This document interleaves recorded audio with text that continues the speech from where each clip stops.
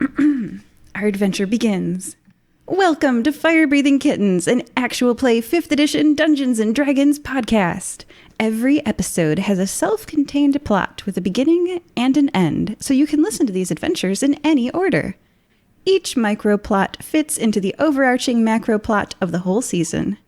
Today we are joined by Skirmish Killington. Hello there. I'm Skirmish. I'm a Goliath barbarian, Path of the Wild magic. Let's see, I'm about 7'7". My skin is a light blue, bluish grey or so.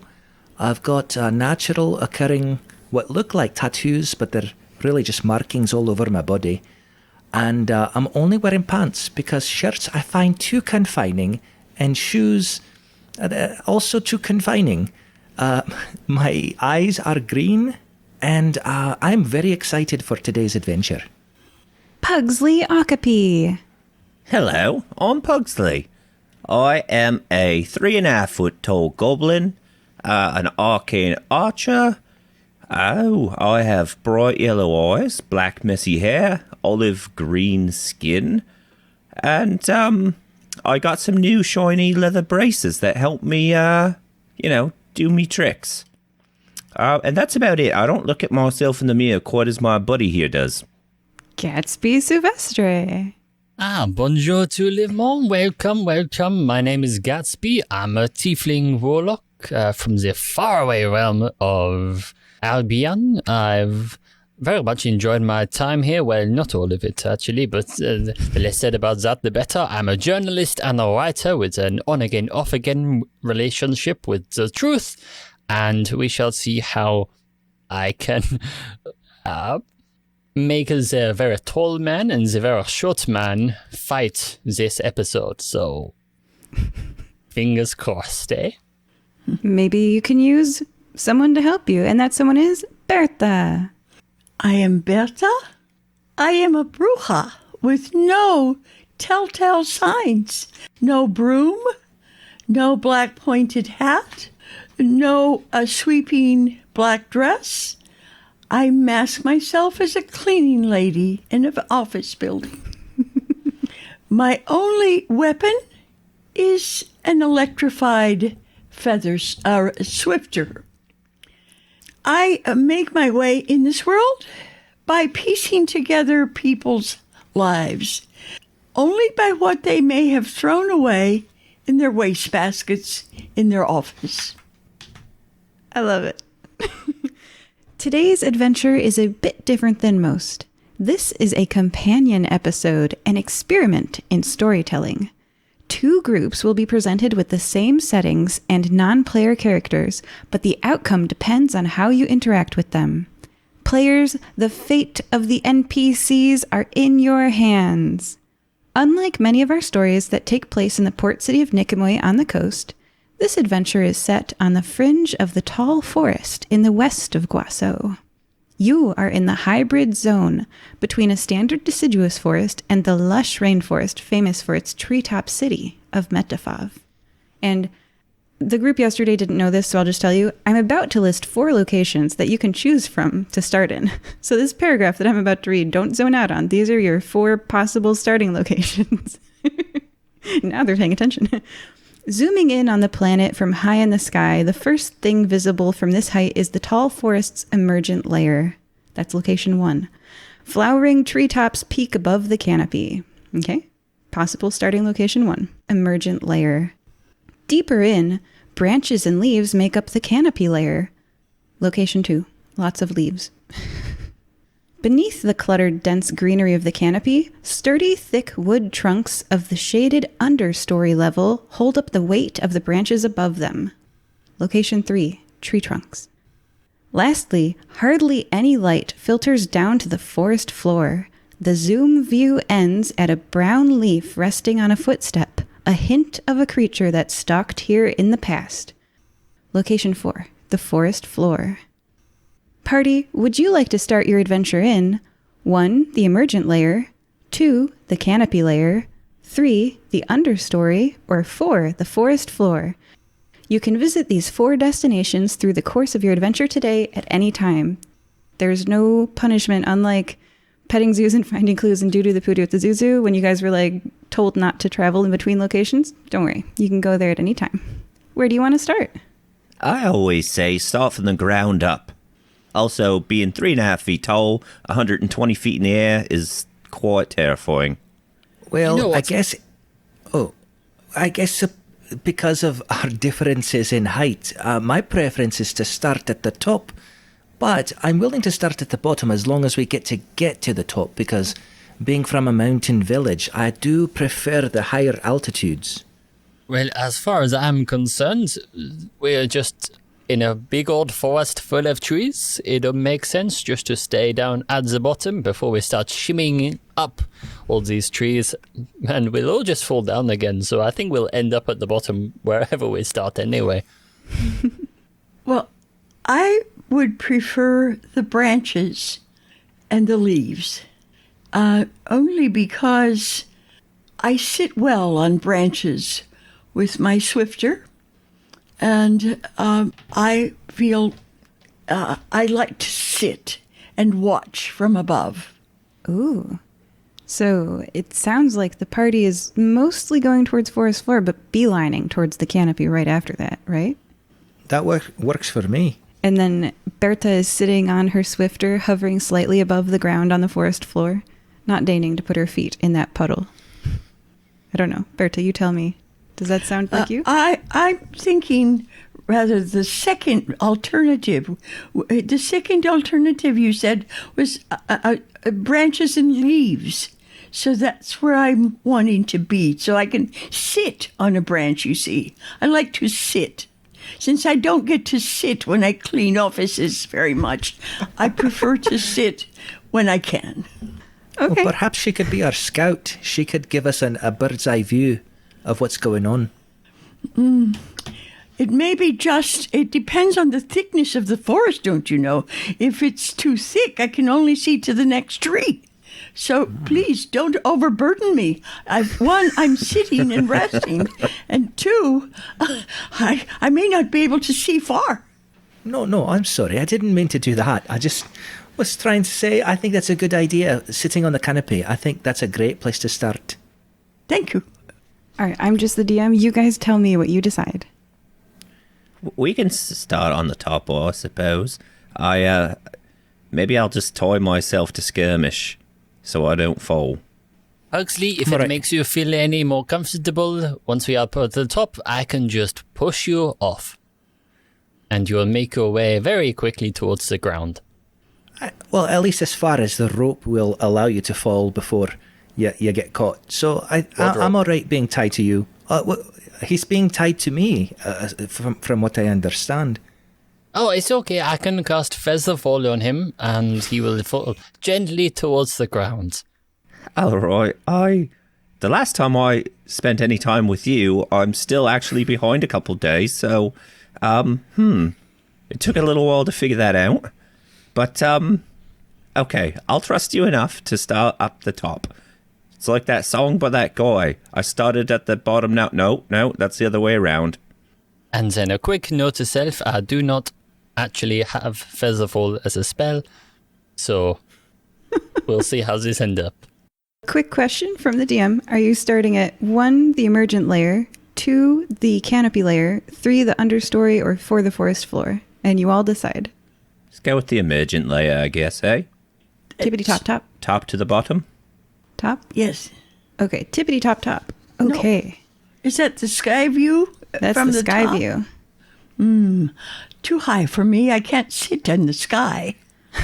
I will say that there are plenty of places to sit, and the view is quite nice. You can see the sky, the clouds. It's very pretty. And your swifter flies, so you can sit on it wherever you go. All right. And you're going to get to, okay, all right, so canopy layer it is. All right. So, canopy layer. So this is the second one from the top. This canopy layer is cluttered with leaves and branches blocking the view. How are you all positioned in this canopy layer of the tall forest? Oh, I totally forgot a thing from the first starting thing. So you're going to start in the canopy. We got that. Why are each of you here? I thought we would be told. I was just following Gatsby the whole time. I was following you. Oh no! Now, you're both here to help me. We're looking for squirrels. Evil, horrible squirrels. Perfect. You know what? I do actually remember you mentioning something about squirrels maybe the other week. Was it something about they kidnapped your family and did something unspeakable with your bedclothes? No. They stole What was my that good then? friend. He was an acorn, and they took him. And now I have horrible dreams about him in some shelling facility. Just being... Oh, it's horrible. I can't speak of it. I would like Skirmish would like to hug Pugsley. Just, hey, it's all right, buddy. We're gonna get through this. I'll accept it, thank you. It's just very gently, though. You're quite a bit bigger than me. I'm practicing being gentle. Let me know if I go too far. If you want to know why I'm here to see why you're here. Apparently, it's to avenge the loss of this acorn. It seems that way, doesn't it? Was it only one acorn? Just one. One special acorn. Same size as all the acorns? Same size as a mole. And how did you distinguish this one? Well, I drew a little face on him. Aww. Okay, let's put you in the... This canopy layer is cluttered with leaves and branches blocking the view. How are you all positioned in this canopy layer of the tall forest? I'm sitting on a branch, of course. Got it. I am very... actually, you know what? Skirmish said he was quite good in height, so I'm just going to be hanging onto his leg, you know, like when a kid sits on a foot and just holds on. That's what I'm doing. Well, I will say hang on, because what I'm doing is I like to challenge myself every once in a while, and it's rare that I get to the canopy. So what I'm doing is I'm traversing the branches, kind of like monkey bars, just going from branch to branch, with my legs dangling toward the floor. So if Pugsley is on my leg, please hang on as tight as you can so you don't fall. A 16 on a strength check, does that work? That works for me, yes. Meanwhile, I am staring at this map, trying to make heads or tails of it. And as I look over at Pugsley, and I say, Pugsley, this map you've drawn me makes absolutely no sense whatsoever. How can you just say forest here and then not do anything more than that? How are we meant to find an acorn in a rainforest? It makes no sense whatsoever. No, you actually asked what a forest was, and I just drew you a picture of a forest. Ah, I see the mistake. Is there any chance you could draw any sort of idea of where we want to end up? Because this is just branches and leaves and everything, and I'm fairly confident we're all going to fall that distance down to the ground any moment now. And speaking of, Gatsby is gesturing towards a bunch of branches that are blocking the view. The branches are blocking the view, everyone. Challenge 1 of the game. If you want, I could... Oh, I mean, if you want to see what's past these branches, I can do something quite stupid to get rid of them. I would like to swing away from the direction of the potential stupidity. Noted, you're out of firing range. Because there is this idea which I have been wanting to try since we mismanaged that camp that one time. Excuse me, could there be exceptions to the stupidity in the way of one branch being left? Or are you planning to rid the forest of all the branches? I want a branch to sit on. That's what I want. So please make an exception, if you would, if you're going to carry out the stupidity. Okay, I will make a note to exclude one branch from the stupidity. But that does unfortunately mean that one other branch has to be doubly as stupid as that branch I saved, just to even things up. Conservation of stupidity. No, it's a law. Exactly, yeah. Anyway, so I was thinking that I have this spell called Hellish Rebuke, which usually means that if a creature or something damages you, that you damage it back with fire. Now, my thought is that if I launch myself into an obstacle, which then injures me, I cast Hellish Rebuke, it goes up in flames.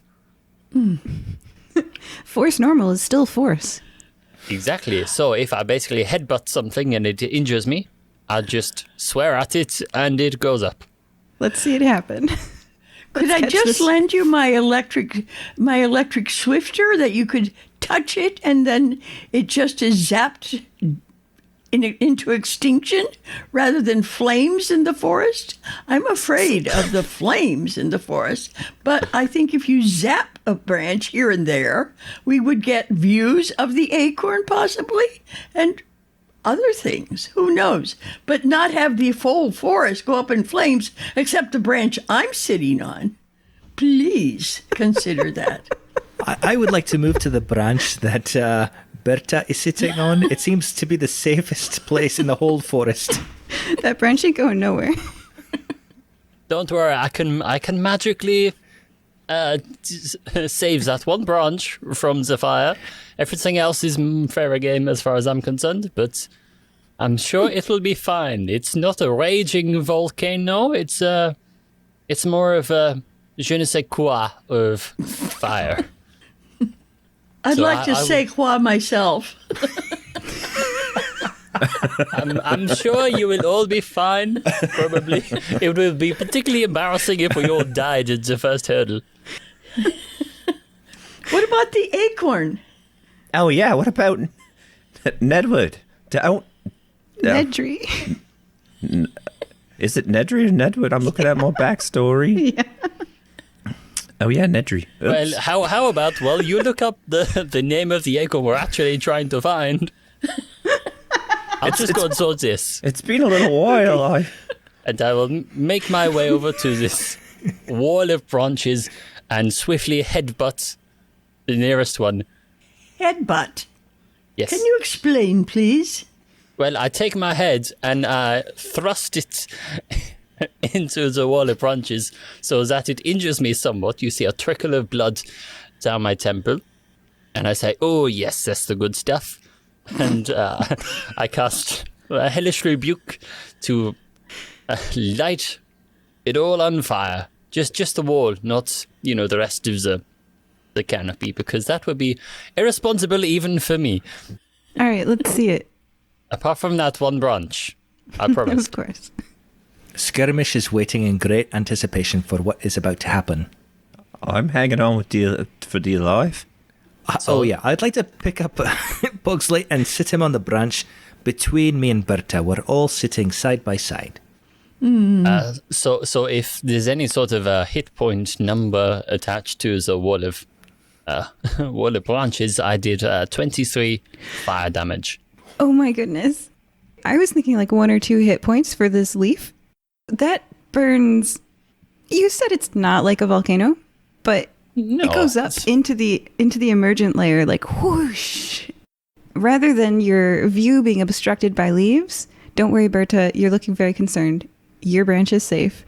But that wall of leaves, now you can see a good 100 feet. You can see right into a tree trunk. So you're looking towards a tree trunk. And on the left and the right of this tree trunk are branches. You look into the middle of a tree, the trunk part. The interior near the trunk lacks leaves. So the ones that you burned away are gone, and now you can see all the way in through the trunk. The fire startles a red squirrel and dashes inside a nest of brown leaves. Oh, Pugsley's face. There are 6 of these clusters. Down left, there's a cluster of leaves. Down right, there's a cluster of leaves, sort of like a dice. Upper left, upper right, and then way up left and way up right, there's 6 clusters of leaves. The other clusters are colorful. Sheets of blue in one, flaps of purple in another. The red squirrel that ran away pokes its head out of the brown leaf nest and looks at you. Hold me back. Skirmish will hold Pugsley back. I notice it's hard to see, there's so many people on my branch, but I do notice that The red squirrel has a bulge in its right cheek. Might it have the acorn? I hope not. I absolutely... I'm going to... How far down is this cluster of leaves from where we are? Completely horizontal. Okay, I would like to jump at the cluster of leaves. Do an athletics check, Skirmish. Athletics check, all right. For the listeners, this means that Skirmish is rolling a d20 and adding the athletics skill modifier to it. I got a 22. My goodness, that's very, very... Okay, so with your... I think your strength is 18, if I'm remembering that correctly.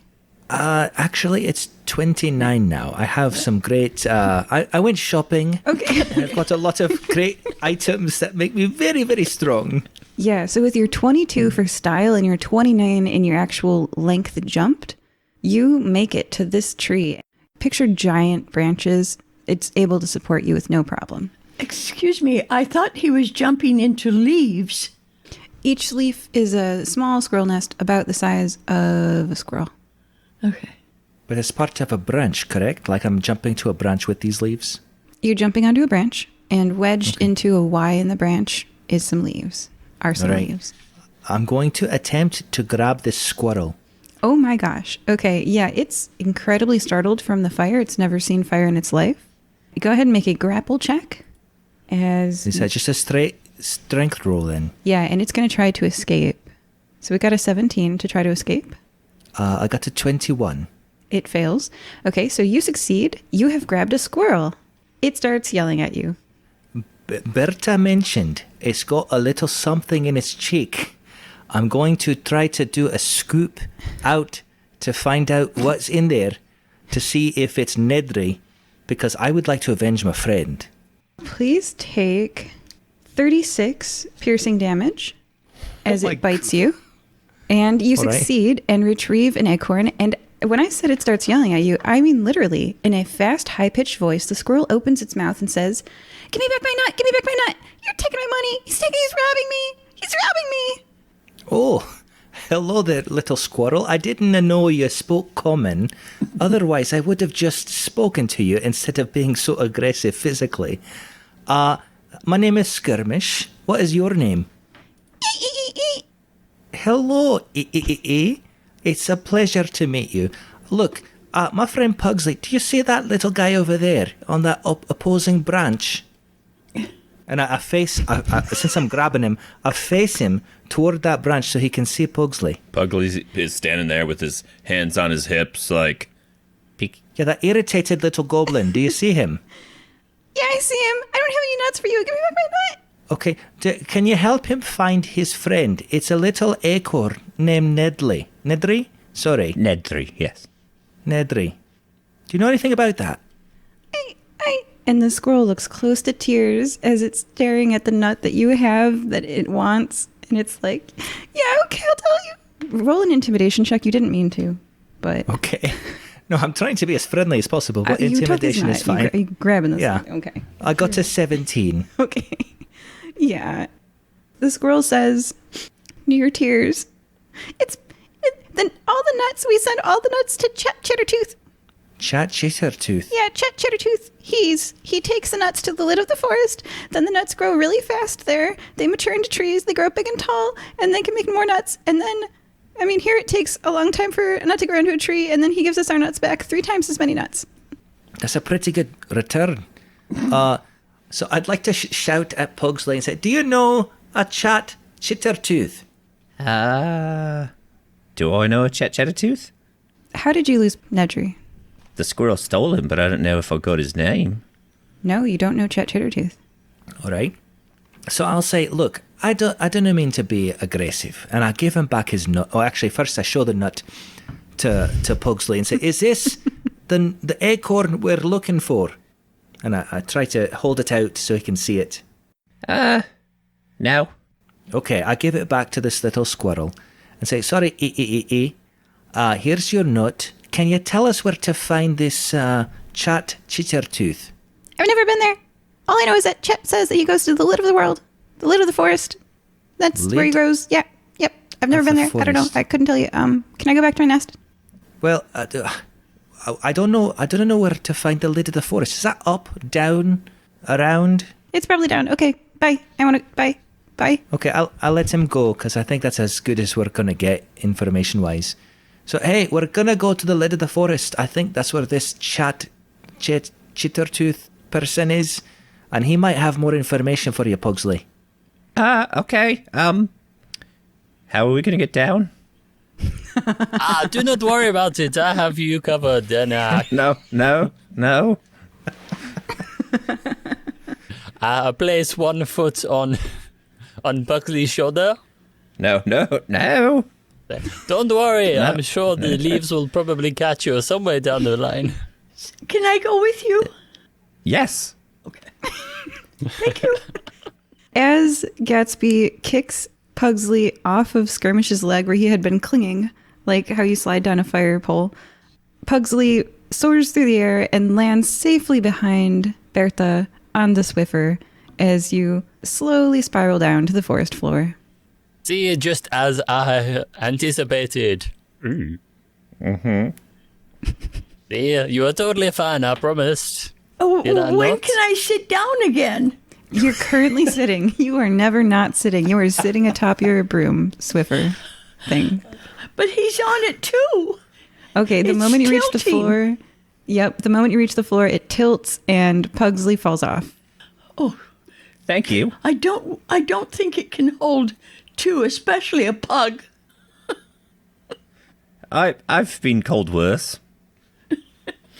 I would like to slide down the tree that I'm on, kind of like a giant fire pole.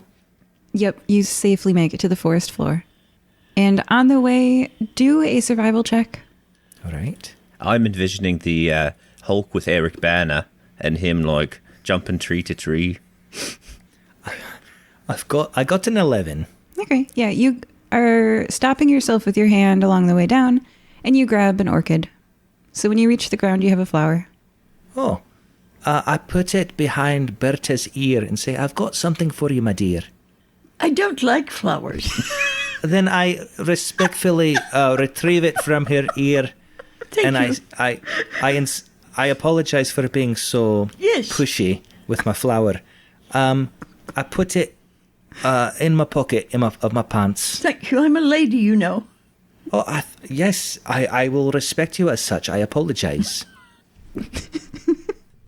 And Gatsby, you are now all alone with some terrified squirrels. In fact, you notice that dashing away from the nicer nest is a squirrel who runs off, sprinting into the distance, and there were squirrels in each of the nests. You're alone now. Finally. Space to think. Now, what can we do up here which would have terrible ramifications further down the line? Now, let's have a look at my spell book real quick. Maybe I should just shout something offensive towards the squirrels and leave it at that. So, oh no, I could summon some demons up here, but maybe later. No, I was simply because, strangely enough, some time ago, my micro pig Daisy, who is currently in my backpack, did get the ability to fly. So I shake her awake. She snorts, annoyed, and bat wings sprout from her back. Well, not quite bat wings. You know, in Fantasia, you've got the big demon, the big black demon. Wings like that. They sprout from her back, and I just hold on and jump off as she flaps as we lower towards the ground in very dramatic fashion. Now, this is the first time that the party has seen demon wings on your micro pig, is it not? Aye, yes. I didn't know pigs could fly. Is that new? No, that is a totally normal thing that happens with all pigs. You're just not looking close enough. Shame on me then. Yeah, I've never actually met a pig before, except for ones that throw bread. So you're now all on the forest floor. Giant ferns cover the forest floor. Ribbon-like roots raise 3 feet and more above the soil. These ferns and roots make the ground uneven and difficult to walk quickly through. In game mechanics, this is difficult terrain and you have half movement. It's also limited visibility, as the leaves overhead absorb, well, except for a certain column of light that is reaching downward, absorb much of the light. I would like to light a torch so we can see a bit better. Okay. What's everybody's passive perceptions? Well, there's a question I've never been asked before. Mine is 15. Oh, and this is 10 plus your perception skill, I think. Yeah. So if your perception is plus 4, it would be 14 or whatever it is. I'm an 11. Okay. I'm an 8. Ooh. Okay, Gatsby's is a 10. Ah, Skirmish, you are the only one who hears. Tick, tick, tick, tick, tick, tick. Does anybody else hear that? It sounds like a tick, tick, tick, tick, tick. I don't know if this is some kind of forest dance craze or something, but I hear it from somewhere. Where do I hear it from? Behind you, 7 o'clock, and it goes again. Tick, tick, tick, tick, tick. Paper rustling? No. Tick, tick, tick, tick, tick. It's like that wheel you spin that goes around and lands on a prize. Whatever it is, it's louder now and everyone can hear it. Yeah, I hear it. Sounds like it's, this way. And I'll turn around. Well, let's go check it out. Cautiously. It could be those dastardly squirrels. I think it's cicadas. Giant cicadas. I think cicadas. I mean, could it not be both? Squirrels riding cicadas? It can't be both because both don't make the same tick, tick, tick, tick, tick, tick, tick, tick. Only one of them does. And they are natural enemies, so Yes. I doubt they'd be riding. the Well, other. just think of the situation if the squirrels and the cicadas put aside their differences to fight a greater enemy. How much of a pain that would be for us, their natural enemy. As Gatsby says that, I would like to take out my weapon just in readiness because I'm a little bit heightened from the possibility of squirrels and giant cicadas joining forces. Yeah, already my bow and arrow as well. Yes. I have my swifter in hand. Tell me if you want some zaps. Will do, Berta, thank you. Weapons in hand, they turn and face. Whoosh! The air overhead is swept left to right as out of nowhere a person-sized moth flies at great speed to the right and is 500 feet away from you immediately. The air is thick with moth wing dust, and everyone, if you breathe, you start coughing. I gotta hold my breath. I mean, we were quite close. Well, to be fair to Pugsley, he's very short. So the dust would hit me first, and I would start coughing, and then he could hold his breath by the time the dust got down to him. But I'm coughing like mad, yeah. How long does the dust stay in the air for? The dust settles. It is settled. To the right, the flap of wings, tick, tick, tick, tick, tick, giant moth wings, getting further and further away from you in this dark understory of giant ferns and dim light. How far? About 500 feet, Well, yeah, and getting further at every moment. it's too far. We could run after him, or her, if you like. Although it is very rough land, it'd be tough to go very fast. Wait, Berta can fly. Oh, Yeah. All right. Yes. I can fly. I can fly. I can try to zap this moth well, and if- see what happens. But there may be pulverized wings floating in the air, and you will all be coughing even more. But I'm going to do it for getting rid of the moth once and for all. It's making a horrible mess with all this dust, and you don't want to have to clean it up. We're not going to clean it up. We're just going to zap it, create the dust, and leave. Zap. It's done. I gave Berta a nice thumbs up. I was like, great plan. Straight to the Well, point. I've done it. It's done. See the air? Okay. Roll a d20 and add your to hit bonus. A what? A D? The dice. There's only one dice. Roll the dice and add your, I think it's +7 for your swifter. 1. I'm going to roll a dice and see which of your teammates you hit in the butt with a lightning bolt. Oh, no. Skirmish. Yes. Zap. Ouch! Hey, Berta, do you know how to use that thing? I'm so sorry. I didn't see that you didn't have the wings. I thought I was hitting the moth. I'm so sorry. So sorry. That's okay. Skirmish. It happens more often than you think. That's fine. Will you still be able to carry Pug? Yeah, I could carry him. All right. I mean, I might walk a little bit more uneven, but that'll do. That's fine. I'm sneezing from the dust. Is that the dust from you or the moth? It might be the singed flesh that you may be inhaling, but I'm fine. No worries.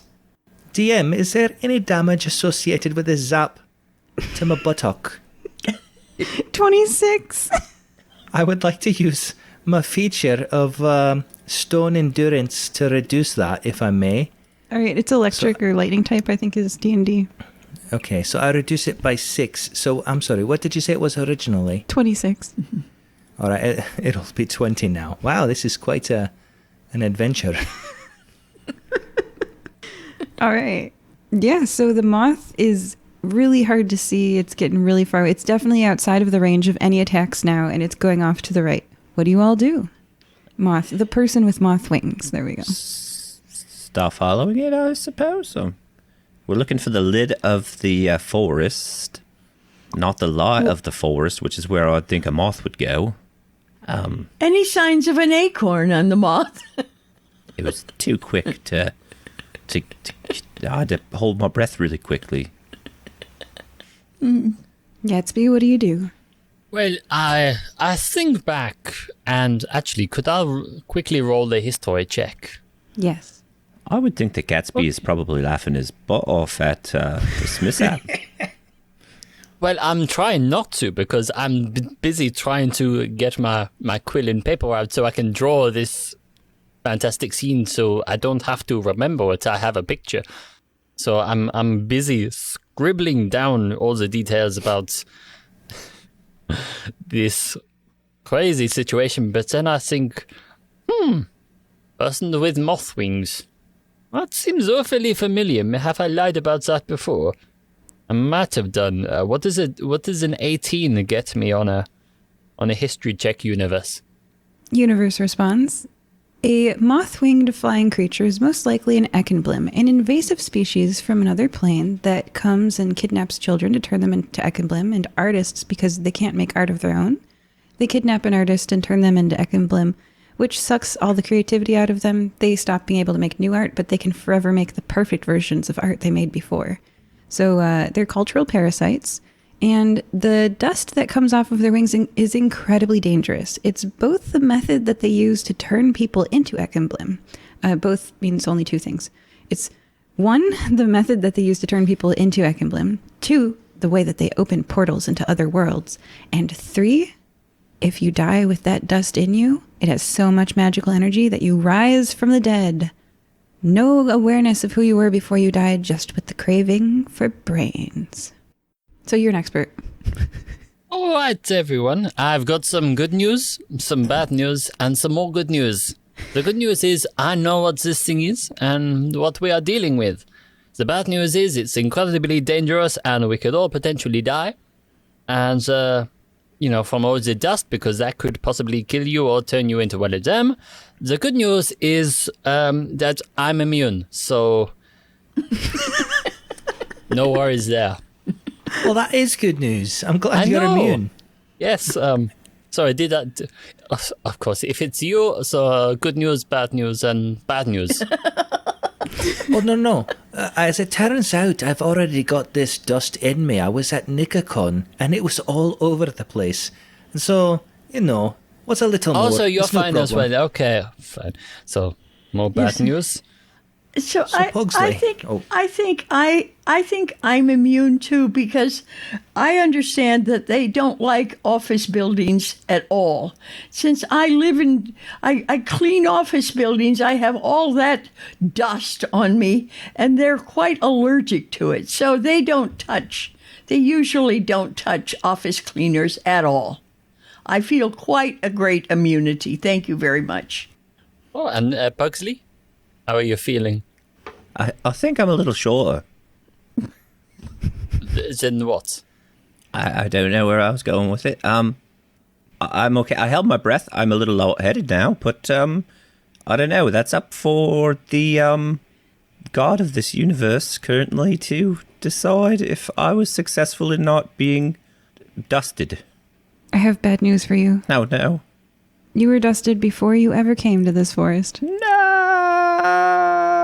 It's everywhere. It's in cities. It's in towns. It's in office buildings. Anyway, so DM's going to be quiet now. What are you guys doing? Well, if we mostly, 3 out of the 4 of us seem to be fairly immune to it. It's only Pugsley, which is potentially not. So I say we just leave it. We're okay. Let's go hunt this acorn. Also, it's like all the way over there, and it's quite slippery. So, do we follow this Mothman? Do you think he's associated with perhaps the kidnapping of this of Pugsley's friend, the acorn, or do you think he would lead us to Chittertooth? Well, I don't know about you, but I've never actually heard a squirrel talk before. That sounds like it might be something magical, I suppose. Oh yeah, I should have kept him. You should have hung him by his foot over the branch and said, "Where is he? Where is he?" Next time, I'll let you do the interrogations, and I'll just be your muscle. Yes. That's good.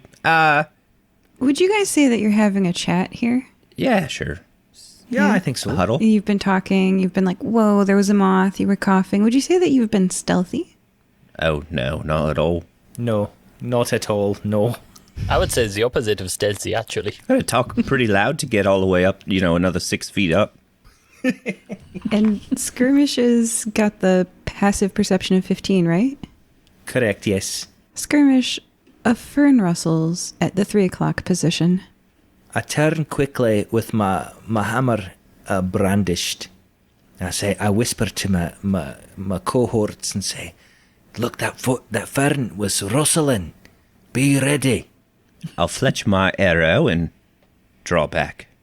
But I'm pointing totally different area because I have no idea where he's looking at. Oh, I should have been more specific, I'm sorry. If it moves again. If you want, I can just blast it full of magic, and then we can see what the body is. But you can talk to the dead, right? Oh, yes. That works for me then. But what if they're a friend? Well, we will have made a terrible mistake, but it's okay. What happens in the rainforest stays in the rainforest. I would like to try to be as stealthy as I can and walk over to where the fern was rustling. It rustles again, and emerging from the fern is a 3-foot-long, scaleless, not really slimy but wet-looking salamander. Its body is barely raised above the forest floor as it wiggles and moves its stumpy little feet to draw itself closer to you, Skirmish. Oh, hey, look at this animal. It's just an animal, everyone. Hello, little animal. So Skirmish has never seen a salamander, so I have no idea what this is. So I'm just going to treat it as if it's a cat. I think it's 3 foot long, and it's more than a cat. It could consume us bit by bit. I think I see it as danger, and I want to do my zap. I want to do my zap. Roll your dice. And can I do my zap, please? Yes, you can. Roll your dice. Before the game, she was like, I'm not going to attack things. I would never attack things. 11. Now she's like... 11. What am I 11. testing? You're adding your 7 because that's your to hit bonus. 18. Yeah, this has an armor class of 16 with its natural armor. Your lightning bolt hits it and does 26 damage. So it drops down to, I gotta get my calculator out, 120 minus Oh, 94 then? 94. At 94 hit points, the giant salamander goes zzz, like an electric eel had bitten it. Its whole body tenses up. Because it's a little bit on fire, a smell of cooked giant salamander comes to you, and it smells rotten. And Skirmish, go ahead, and as the salamander lunges forward and bites you, notice that it has an aura of rot. This undead forest animal is surrounded by an annihilating aura of rot.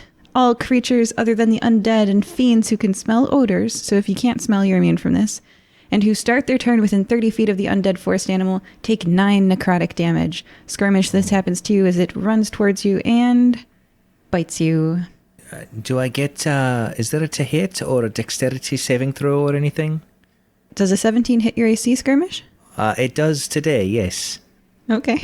Yeah, you take 8 bludgeoning damage and 13 necrotic damage. Oh, good grief. So As that's not good. The initial assessment of giant salamander danger is correct, and now everybody, there are 4 more bushes rustling. Let's roll initiative. So go ahead and roll your d20, everybody, and add your dexterity modifier, which is the one with the plus sign next to it, to your d20, and tell me what that number is. 20. D20 is this dice? Yeah, I only have 1 dice for you. Yeah. 22. Okay. My dexterity number? Mm-hmm. Yeah, it's the plus sign one. It's one of the basic I 6 see it, ones. 10. Yeah. I have 15, 25. Wow.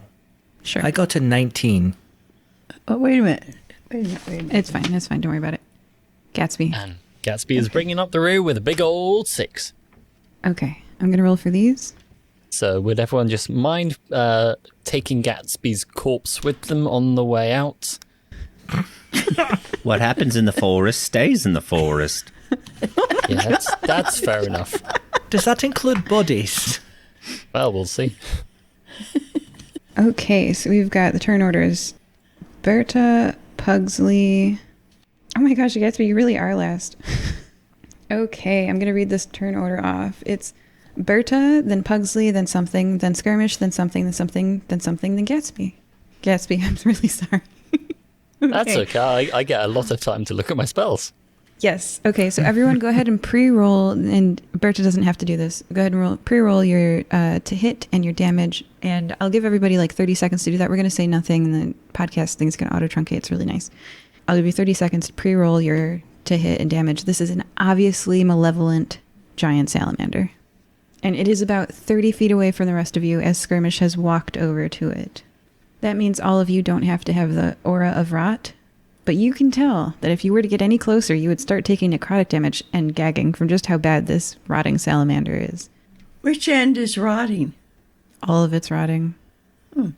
Yeah, where the lightning bolt hit it, pus starts flowing out. It's really gross. It's really gross. Yeah.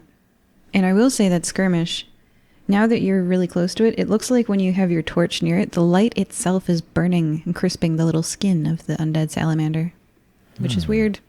Most things don't light up like how film curls when you burn it. The skin is. Yeah. Oh, right.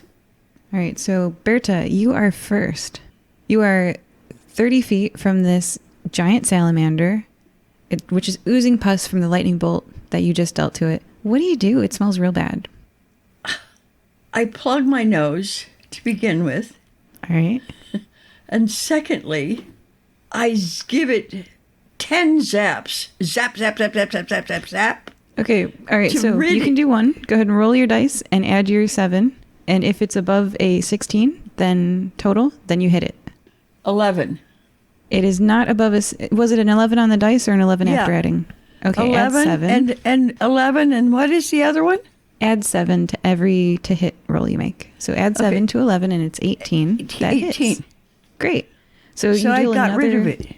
Another 26 damage. It's down to 68 hit points and it's oozing from multiple pussy holes. Gross. Next up is Pugsley. Pugsley, you're like 30 feet away from this thing, maybe 35. You're outside the range. What do you do? And there are multiple bushes rustling around you. Those are 50 feet away. I am going to use some of my movement. No, wait, actually, he's right up close to it. I'm going to back up just a wee bit. I don't need to be close at all. Wait, all around us? Yeah, you're encircled. Okay, so if I want to be as far away as I can from all of them at once. So like the right center. Are you climbing up a tree or something? I'll climb 10 feet up a tree, sure. Great. That does put you further away. Okay, perfect. And then I have a nice new trinket, which is supposed to be a circlet, but my head is small, so it doesn't fit. So it's more like a necklace right now. And it's a circlet of blasting, which lets me do the spell Scorching Ray. So it lights up, and a ray shoots out of my palm, not dissimilar to a very famous ironed-clad person. And I got a 17 to hit. That hits. And it's 14 points of fire damage. This giant salamander goes down to 54 hit points. Haha. Its skin crisps a little bit, and it takes an additional 4 damage. Oh, nice. The aura of rot is going to be 35 feet for this salamander. Cooked salamander. Is that the end of your turn? Yeah. Next up is the salamander. It's going to go for skirmish again. So first, it's going to make a baleful glare. It's going to look at you with its tiny teeth. You notice there's eyes now that you're looking closer? And now that, like, they're the same color as its skin. All, like, slimy and rotten. Please make a wisdom saving throw. I got a 19. Okay, you pass. You only take 11 necrotic damage. Only. All right. And then it's going to slam attack you twice for a 20 to hit and a 21 to hit. Do those hit? Both of those hit, yes. Take another 8 bludgeoning and 13 necrotic twice. So if you have that, just take that. 42. Yeah. Okay. All right, Skirmish, you're getting real beaten up by this fight. Oh, yeah. And that squirrel. It's your turn now. What do you do? Oh, almost forgot. If you start your turn within 30 feet of it, so it's your turn right now. Right. If you start your turn within 30 feet of it, and you can see each other, the salamander is going to force you to make a Constitution saving throw. So, a quick question. So when it attacked me the first time, I would have raged immediately, and that would give me resistance to certain types of damage. Yeah. Am I able to do that, or? Absolutely, yeah. Okay. You're enraged. So, correct, yes. I didn't take kindly to being bitten by a salamander, even though I didn't know what a salamander was. Now you know. And now I do. All right. Perfect. I'll make the correction. Okay, and I'm sorry, if I start my turn within how much feet I get, how much damage? A Constitution saving. Yeah, this ability is called Eyes Are Windows to the Soul. On a failed save, you're going to drop to 0 hit points. Okay. I got As you- 28 for Constitution save. Oh, yeah, you're fine. Yep. You're fine. But I would say looking at its eyes is really frightening. All right. I'm angry, so I'm just going to take out my new hammer and bash it right in the head. And so... Oh, also, I do get a wild magic wild surge. So what happens is, now I can teleport using my bonus action within 30 feet of where I am, and I can do it every turn. What I'd like to do is get behind it, just zap right behind it, and then I'm going to take a giant swing with my hammer. And that is a 32 to hit. Yeah, that hits the AC 16 creature. Okay, so that's a 17 damage. And with this, 17 bludgeoning damage. Ooh, you squish it and it goes down to 33 hit points. Well, I will attack it again. Yeah. Because I get 2 attacks. I'm very excited. 21 to hit. Oh, also hits, yeah. And that is 18 damage. Oh my goodness. You've squished a little part of it and it only has 15 hit points left. What does it look like? Nope, we're not going to describe that. Too violent. All right, so squish. Yep. Is that the end of your turn? I will grumble because I'm not feeling too great, but I'm very angry. So I'm like, "Rah!" Like that. All right. And that's about it. Okay. At the end of your turn, Skirmish, and a not looking so good deer. If you guys haven't looked up chronic wasting disease or like the deer that are really messed up on that prion disease, don't look it up. It's terrifying. So this deer that looks just very unhealthy stumbles out from one of the rustling bushes. It's not going to go for Pugsley because you're 10 feet up in the air. It's going to go for, I'm going to roll a dice, 50-50. Gatsby. A deer stumbles out from, sorry. The look on your face, you're like, why am I going last? I'm going to die before I even get to go. Okay, no. You'll get to... Well, okay. I knew that was going to happen anyway. Why did I even bother trying to roll anything? You're not going to die? Okay, all right. So this deer stumbles out and it stumbles up to you and it's going to try to bite you. Don't get bit by rabid animals, everybody, because... Well, too late. Does a 25 to hit you? Yeah. And does a non-natural 20? Yeah. Okay. It's going to do 8 bludgeoning damage and 13 necrotic damage on each of those bites.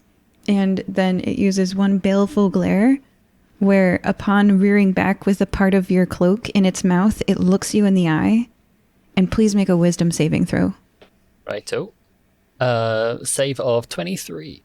Yeah, you're fine, but you feel like if you continue to look in this thing's eye, that alone could take you out, and you don't know why. But you know that it's terrifying to look in its crazed undead eye. This deer ain't right in the head. Next up, it is a monkey that falls from the tree. So Pugsley. Onto you. The monkeys come from above. Does a 15 hit you? No, it does not. And does a 9 hit you? No. The monkey falls past you onto the forest floor, but it glares up at you from where it landed. Please make a wisdom saving throw. All right. That's only a 4. Please take 22 necrotic damage. Oof. And you feel like looking in this thing's eye is very bad for you. Next up, it is a tree snake's turn. It's going to slither. I'm very sorry, Pugsley. And attack you. Does a 20 hit you? Uh-huh. And a 23? Oh, yeah. Okay, first you take 8 bludgeoning and 13 necrotic for each bite. Okay. And then make a wisdom saving throw. Could be a 6. Take 22 necrotic damage. Gatsby, it's your turn. Wait, I survived. I survived to my turn. Yes, it was bound to happen eventually. Okay, well, I had one plan before a deer came and ruined my day, so... It's a musk deer, if that helps anybody's mental image. It does not. Well, I guess I will not quite stare at the deer. I will make a huffy kind of a noise. And so I will cast... Starting your turn within 30 feet of the deer? I've got the choice. Please make a wisdom saving throw. If you dropped a 0 right now, I would be so sorry. I won't, don't worry. Oh, it's a constitution saving throw. Eyes are windows to the soul. 16. Okay, good. You pass. You only take 22 psychic damage. Oh, good. That's only, right. And you might want to back away from the deer. Oh, don't worry. I've got a plan for this one. Okay. All right, sorry. Keep going with your turn. I will make a huffy noise and cast banishment on the deer that's right next to me. So the deer must do a charisma saving throw. Oh, they're not that charismatic. That is an 11. Oh, good. Okay, it has been banished to a harmless demiplane for the next minute. Poop. With a popping sound, it's gone. I brush myself off. Yes, and give Daisy a bit of side-eye, as if to say, not again, why does this always happen? As soon as I put on a nice robe, someone always gets, like, necrotic juices on it. It's horrible. And so I will spend the time moving as far away from rustling bushes and general combat as possible. Are you going to fall for this trap? Would you like to move up? Not especially. I will just move, like, further away. Okay. I know it's still difficult terrain on the ground, so I'll take 15 feet off and just go away. Noted. You are 15 feet west. Is that the end of your turn? I believe so, aside from some very choice words which shall not be broadcast. Berta, you are 10 feet away, which means you're within range of several of these undead animals, the monkey and the tree snake, and you're 30 feet away from the salamander. What do? It looks like you could take out the salamander with one hit and spare Skirmish from having to start their turn in its aura.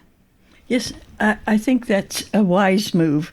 I think the hit is for the salamander to take it out, and then the snake goes over to see what happened to the salamander, and is really very much in range as well.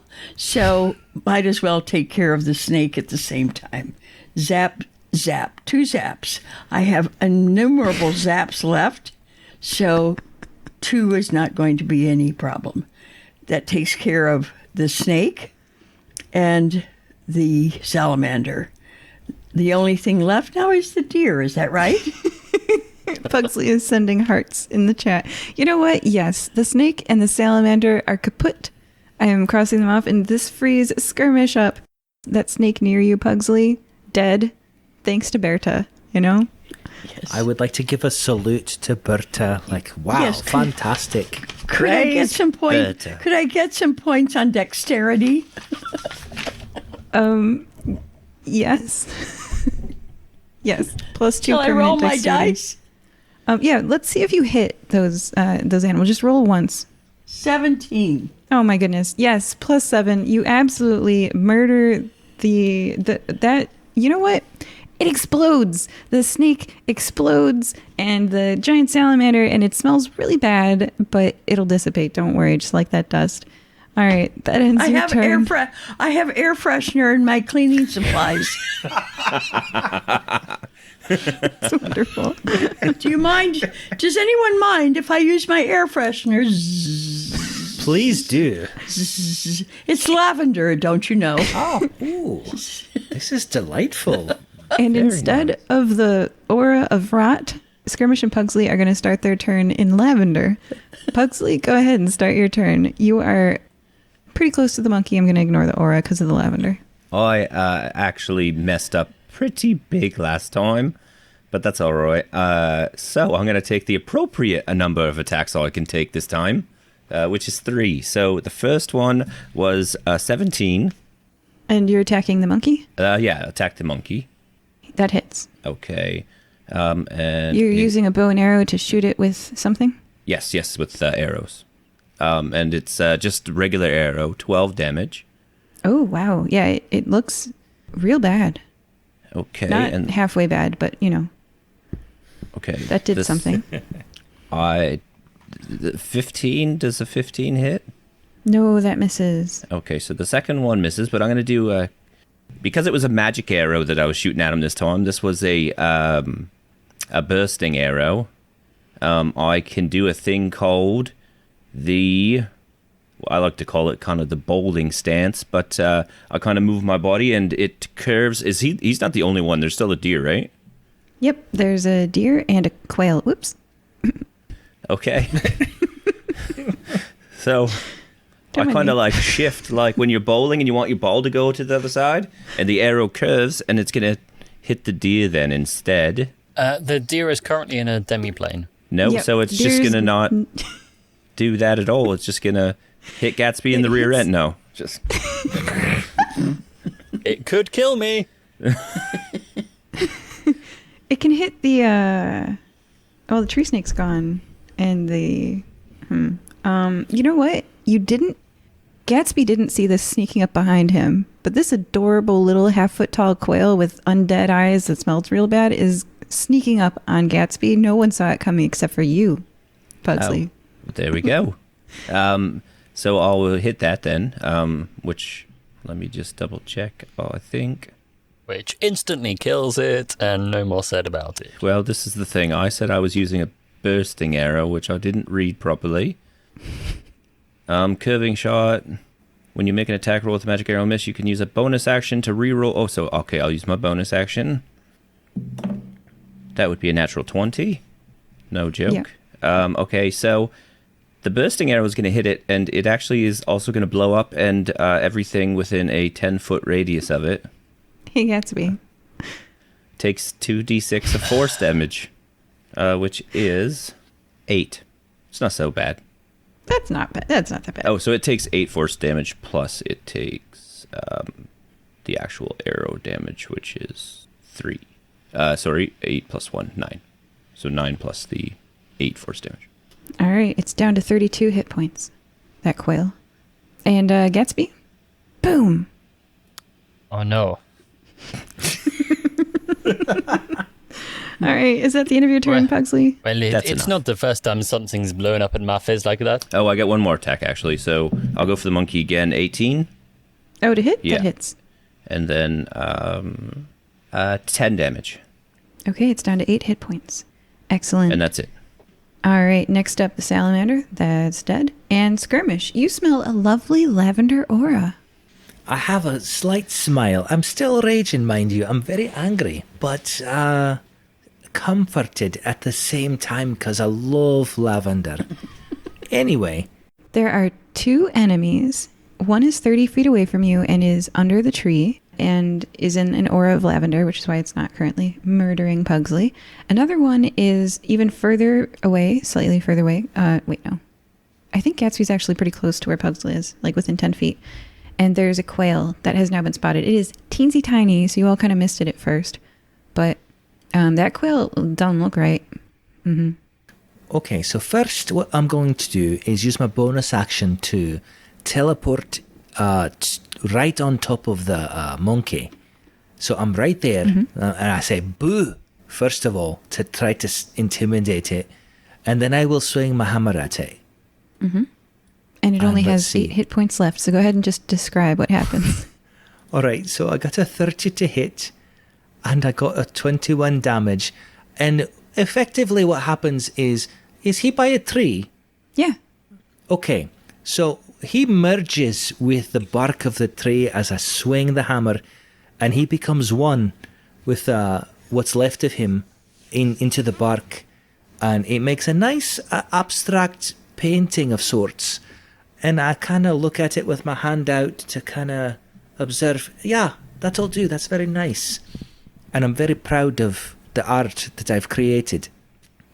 And so that was attack number 1. Number 2, what I'll do is I'll use my movement to get on that quail. And I will repeat the swing with my hammer.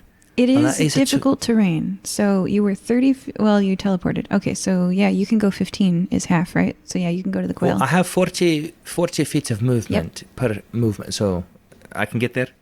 Yeah, you jump up over a root that is 3 feet tall in the air, sort of like a ribbon, and land next to the quail. Perfect. And I say, hello, and then I hit it. It's a 23 to hit. That hits. And then 20 damage. Nice. That quail's not looking good. And then I think that's all I can do. So that will be all I do. Excellent. All right, the monkey's out. The deer is banished. The tree snake is occupied. It's dead.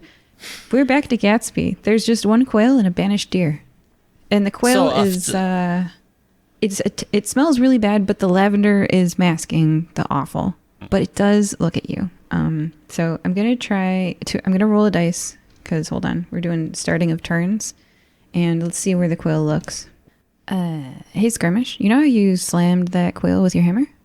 Oh, yeah, I did. Yeah, it looks up at you. I want you to make a Constitution saving throw. And if you don't cast 12, you drop to 0 hit points. Oh, perfect. I got a 19. You're fine. Gatsby, start your turn. Well, after that bit of an ordeal with a minor explosion behind me, once again ruining my nice coat. Sorry. I will, I will put it on your tab. I have more cleaning supplies.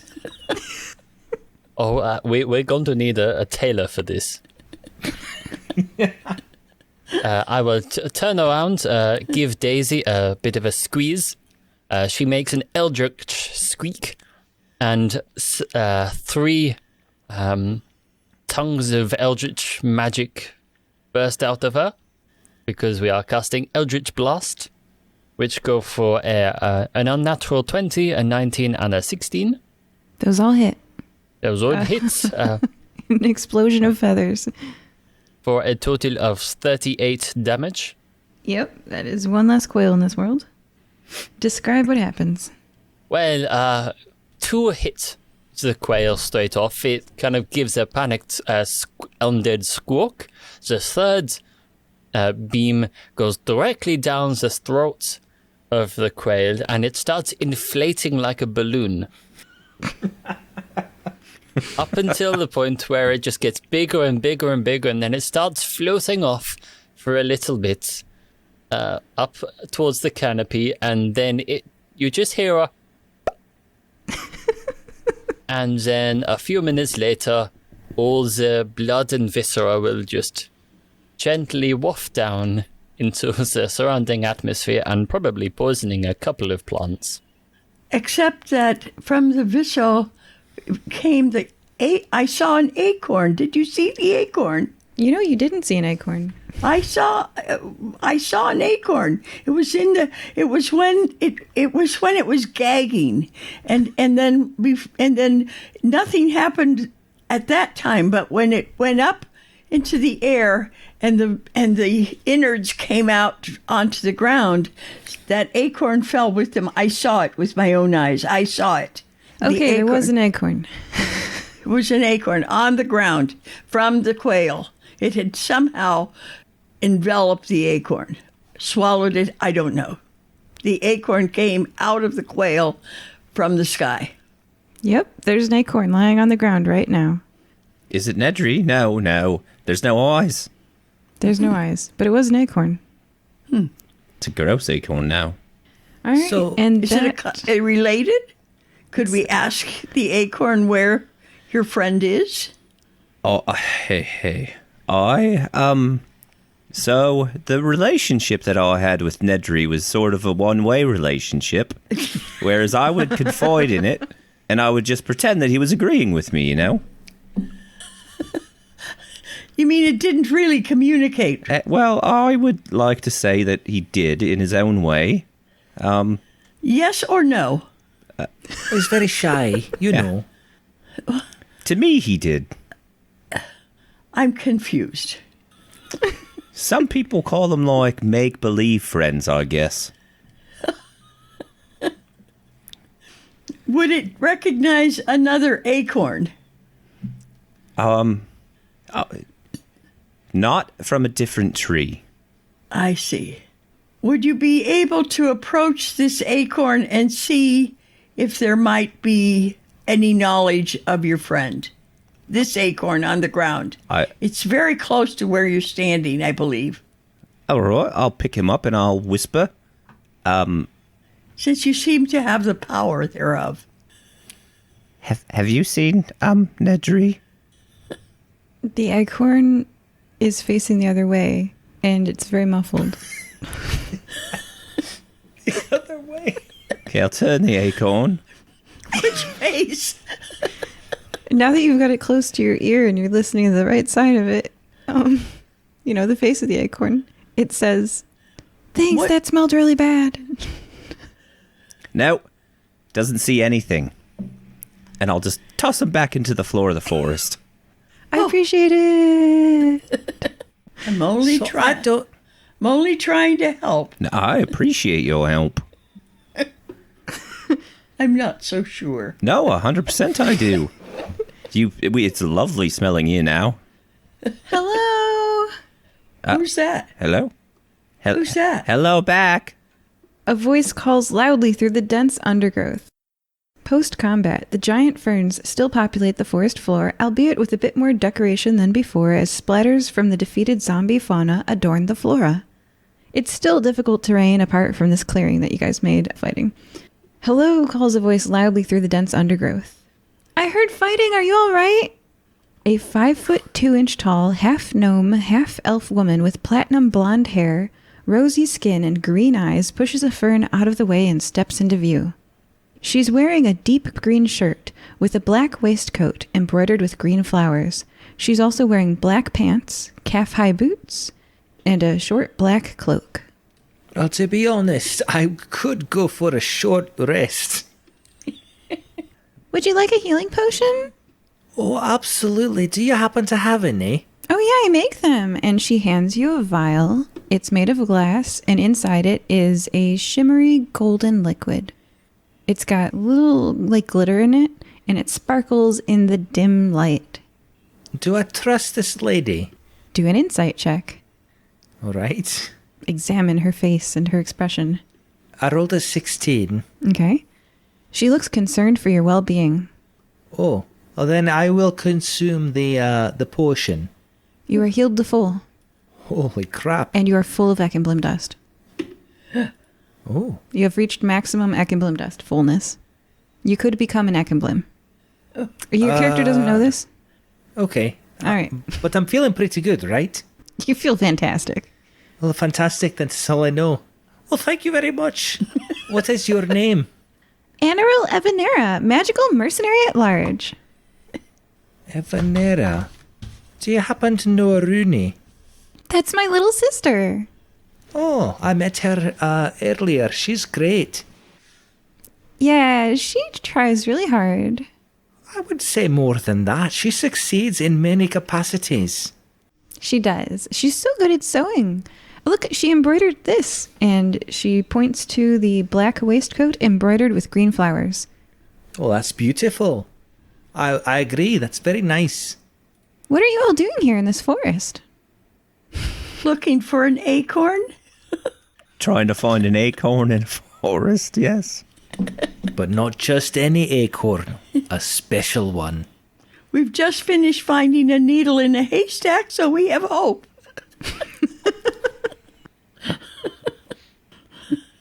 We're trying to find an acorn. Yes, that's correct. We did, well, okay, so there's a squirrel that talked to us. We'll talk to my friend here. And told us to look for... Oh, yeah, those are great. I made those. You made the talking squirrels? Yeah. No. Yeah. Why would you make a talking squirrel? They're evil. No, squirrels aren't evil. They're very chaotic, for sure. But yeah, I'm here doing magical research on the dust and on how to use this dust, this great opportunity that we have for magical endeavors. It's a power source. You just have to tap into it. What's so great about it? This dust is vibrating with magical power, charged full of enchantment and transfiguration energy. It seems to be sound-based. Do an insight check. Let's see. I rolled a 17. Okay, yeah, that passes. She looks a bit smug, a superior glint in her eye, like she's holding something back. There's something you're not telling us. What is that? Okay, I'll tell you how I did the squirrels. This dust allows you to change an object's true name and thus change the object. I did not understand that at all, but I'm not one for magics. I can show you. Okay, yes. Okay, as a group, give her an object. I've got a shield. Okay, she takes the shield from you. She accepts it. She sprinkles some dust from a brown drawstring bag onto it, and the dust glitters golden as it falls onto the shield, and the shield starts talking. Hello. Wow, I'm awake. Good morning. Hello. Have you been sentient this whole time then? No, what is this? It's wonderful. I heard a singing sound. Oh yeah, sorry, she's saying too. Shield. There you go. Song. All right. So, hello, Shield. My name is Skirmish. I don't know, as a sentient being, how you feel about being owned, but I own you. Nice to meet you. Nice to meet you too. Yeah, you have a talking shield now. To have fun. Perfect. So, it makes things talk, essentially. Oh, wait. You can do anything you want. You want to change a thing? You can change a thing. Okay. So, do you know who Chet Cheddartooth is? Yeah, I do. That's one of the squirrels that I made able to talk. Possibly the squirrel that I'm looking for. Do you know where we can find him? Well, most of the squirrels are up in the trees, and she points up. You said you talked to the squirrels, right? Where were you? We were up in the tree. Oh, okay, like the top? Like the middle top. Yeah, probably somewhere around there. And then DM note. They said the lid of the forest. Lids are... At the top? On the top, right. Why are we at the bottom? A panicked squirrel said a word. Do you have a fast way to get up to the top? Sure. And she takes a leaf and she goes, leaf, now you fly. And the leaf can fly. So if you sit on this leaf, you can... I know you're really into sitting on things. You can each sit on a leaf and ride it like a hovering chair. I'm in. I would like to see if she could change Daisy into a dragon. Is that okay with you, Gatsby? I mean, micro pigs are cool. I was busy working on something very important. Well, so this lady can turn things into other things, and I was wondering, micro pigs are cool, don't get me wrong. However, wouldn't you like to have a dragon? I share a glance with Daisy, and I look back and say, best not. Okay, no problem. I don't think that is a pig. Of course, look at it. It's a little micro pig, isn't it cute? Sure. She backs away slowly from the pig. Very well. I'll go ahead and just sit on a leaf then. I will do that as well. While we're here, Skirmish, would you like to see a little experiment I'm working on? Always, yes. Yes, because there is one thing everyone else seems to have forgotten about in the fact that deer I banished, it's not permanent. It's coming back any second now. Oh, yeah. So what I've done quite cleverly is I found the place where it was, and I've placed my portable hole on the ground. So, when the deer pops back into existence, which will happen any second now, it will fall into the portable hole, I can fold it up and take it with us, and then we can deploy it as chemical warfare at our own leisure. And that is exactly what happens. The deer does not suffocate to death because it does not breathe. And it is in your hole. You have a... I'm going to go ahead and give you its stats after the game. You have a musk deer. It actually has 120 hit points, I'll just tell you now. It does a slam and a baleful glare every turn and an aura of rot. And if you look at it and you don't pass a constitution save of DC 12, and then you drop to 0 hit points. So great for crowds. But I think it's only fair that once it is released, it won't go back into the hole, and it will be hostile to everything. Yeah. Absolutely. And especially if you're 30 feet, me. Yeah, yep. If you're within 30 feet of it, you're going to take damage just by existing here. It smells real bad. Yeah, especially you. All right. So you guys are on leaves? Yeah, we'll take a ride. Yes. I'm going to say that you can use these leaves to go anywhere you want in the adventure. So you can go up and down. That way we don't have to worry about the need to sit while traveling. So, as far as these leaves go, can they be rolled up and put into a backpack, just out of curiosity? Oh, yeah, absolutely. Excellent. Oh, I have a fancy flying leaf now. Feel free to fully explore this adventure wherever you want. I say we go and interrogate squirrels more, or we just go right to the top. However, I mean, it's up to you, Berta. Yes, well, I want to ask Anaril where we might find the man, the cheetah cheddar Truda, whatever his name is here, Chat Cheddar Crew. Yes, because he's really the hope we have of finding your friend, the acorn. And so we have to think about how to find him. And now that we have floating leaves to sit on, we can go anywhere in the forest very quietly and very, very comfortably. I can sit, it seems.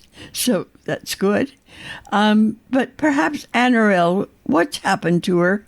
Is she still here? I don't see her anywhere. Yep, still here. We want to know where we can find. Can you tell us where we might go to find Chat Cheddar Chew? Yes, I haven't seen him recently, I did make him speak. I've helped out some squirrels and some chipmunks and enhanced them as they asked. So I would say upward, but I couldn't tell you exactly where. Probably not on the forest floor. Have you ever transformed acorns? Oh, yes. I think there's... Yes, and they... You know how you chucked one earlier that talked? That was one that she transformed. Okay. Do you remember any specific names of acorns that you might have transformed? Oh, gosh. I just have so many friends. Your friend's name, Pug. Please tell her his name. Oh, it's Nedry. Nedry. But I absolutely did transfigure Nedry, and he can talk now. I don't know what to say about this. Is he all right? Have you seen him recently? Haven't seen him recently. Gosh, it's been a while. Where did you see him last? In what part of the forest? That was back when I was transfiguring the squirrels. There were a bunch of nuts there. All right. Nuts as in acorns? Yeah. Yep. So, to the top of the forest, I guess? The lid, as they named it? Gatsby, what are your views? Well, I believe we have some unfinished business with some very rude squirrels who did not even bow down at my presence in their company. Very rude. Rude indeed. Skirmish, what do you say? Oh, well, first of all, I'm very impressed with this potion I just drank, and I'd like to ask Anaril if she has any more, and I'd be willing to pay money if she does. Absolutely. 1,000 gold per full health potion for Skirmish. All right, I think I've got that much, so here you go. I happen to carry a coin purse on me, so here you go, and I will take one of those beautiful healing potions. I'll actually take 2 of those too, if that's all right. Yep. Berta gets 3. And then, Yeah, could I add it to any of my cleaning supplies to make more? Absolutely. Which one? You now Ammonia? have a lemon fresh plus max heal. Okay, thank you. lemon fresh, delightful. Yeah. And as you all head to the lid of the forest, we will take a break. Joining us this time were Skirmish, Well, I'm very excited to find out what's on top of this place. Pugsley, We're getting ever closer to finding Nedry. I'm getting very excited. Berta, I'm excited about the leaves, sitting on leaves and flying above the forest. I like that chair-like atmosphere, as you know. and Gatsby. Thinking about it, with this deer in my portable hole, I've basically got a portable war crime waiting to happen. And we have a review today as well. Probably. You want me to read it now? Yeah. All right, this comes from GF Grand Cherokee. And they say, Fire Breathing Kittens, the best Dungeons & Dragons 5th edition podcast I have ever listened to. I cannot get enough of Gatsby, Skirmish, and Jade. Amazing. Keep it up. That's all it says. Yeah. Leave us a review on iTunes and we'll read it on air. I would like to say I'm honoured by that person. Thank you very much. Bye. All right. Bye. Bye-bye. We hope that you're enjoying this episode of the Fire Breathing Kittens podcast. This episode's shout out is from capital B hyphen capital L hyphen capital O hyphen capital C hyphen capital K hyphen Z, who says, Wallow. This advanced nightlight has been designed as a mini copy of the famous Futuro house by Maddie Surinen. Includes 3 light modes and 7 colors. This faithful and accurate 1:32 scale model with the added functionality of a lamp will be a pleasant reminder of the space age. End quote. And I'm going to spell that for you all listeners. Wallow is spelled WOLLOW.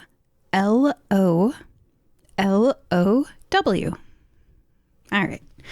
Can you think of someone who might enjoy this podcast? Please share it with them. Is their birthday coming up? A special day? We can wish them a happy message on your behalf. You can arrange for us to read your shout out on air at firebreathingkittenspodcast.com through our partnership with the website Buy Me a Coffee. Do you enjoy reading books? You can find ebooks, paperbacks, and hardcover novels based on our adventures on Amazon.com. The authors do a great job of adapting the stories into fun novels. We also have official merchandise on Redbubble.com. Imagine owning a notebook with the Fire Breathing Kittens logo on the front, or a t-shirt with one of your favorite characters. Lastly, we don't pay to advertise our show. So, the only way we can grow is if you tell someone about us. Is there an episode that would make that person smile? Well, tell them about it. Thank you. Welcome back to Fire Breathing Kittens, a 5th edition Dungeons & Dragons podcast. We are joined again by Gatsby. Ah, yes, the portable war crime. Let's see how we can use that to our advantage this time. Berta. Yes. Yes. Pugsley. Yes, as well. Skirmish. I'm writing on a leaf. I'm very excited. All right, everybody go ahead and roll your d20, which is the only dice you have, Berta. I've written down a number here that you can't see. When you say your numbers, I'll flip us over, and the closest one to this number that I've written down will tell us what happened last time. 9. 2. 18. I got a natural 20, which is very uncommon. And the number was... It's the big one. 4. Yeah. Who's the closest to 4? 2. Tell us what happened last time, Gatsby. Well, I've got some bad news for you. Good news for you. Well, yes, is good news for me. It's bad news for everybody else. I see a pattern here. So, the important thing is we found ourselves in a forest for no particular reason, but then we found that particular reason, and that was to stage a rescue of Pugsley's dear friend, Nedry, who happens to be an acorn. We recently learned is actually now sentient, so there's that. And we got into some mischief, saw some squirrels, burned some bushes, blew up some undead things. I've now got an undead deer in my portable hole, and I fully intend to use that in the worst possible way, but we'll see when that is. Maybe I'm thinking I will release it into the sewers at night, and then we can start some sort of a ghost story about the mystery of the beast in the sewers, and it will make a great story, and then I will worry about the consequences later. Anyway, what was the question? What did we do? Oh, well, basically that. We met a sister of a friend, and we are making our way towards the tops of the trees once again to go and find our friend's acorn. And for no other reason than that. Wonderful. You guys hear that? For some reason he's saying this as you sit on your leaves and ride around. You can all fly now. Yeah, well, I'm writing the draft for the article I'm getting out of this. Oh, perfect. You don't hear this. It's written down, and Gatsby's writing as his leaf heads dangerously towards an overhanging branch. Oh, look out, Gatsby. Look out for what? Woo! Oh, you got it. Yes, I certainly got it. Oh, I got it right on the top of my head. See, if you were shorter, it wouldn't have happened. No, that is very much true. But how about next time we put you in the way of the big branch and see how you deal with it, eh? I would have ducked. Well, I'll make a note of that for later. So, the canopy, non-canopy, right? The branches is where we were heading? Your options are the emergent layer, the canopy layer, the understory layer, and the forest floor. Right, so the understory layer.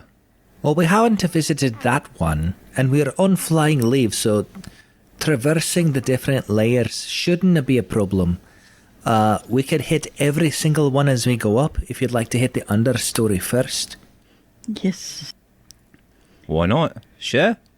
Yes. I Right, had. I may need a bandage. So, oh, yes. I'm just going to hold my hand to the back of my head for no particular reason.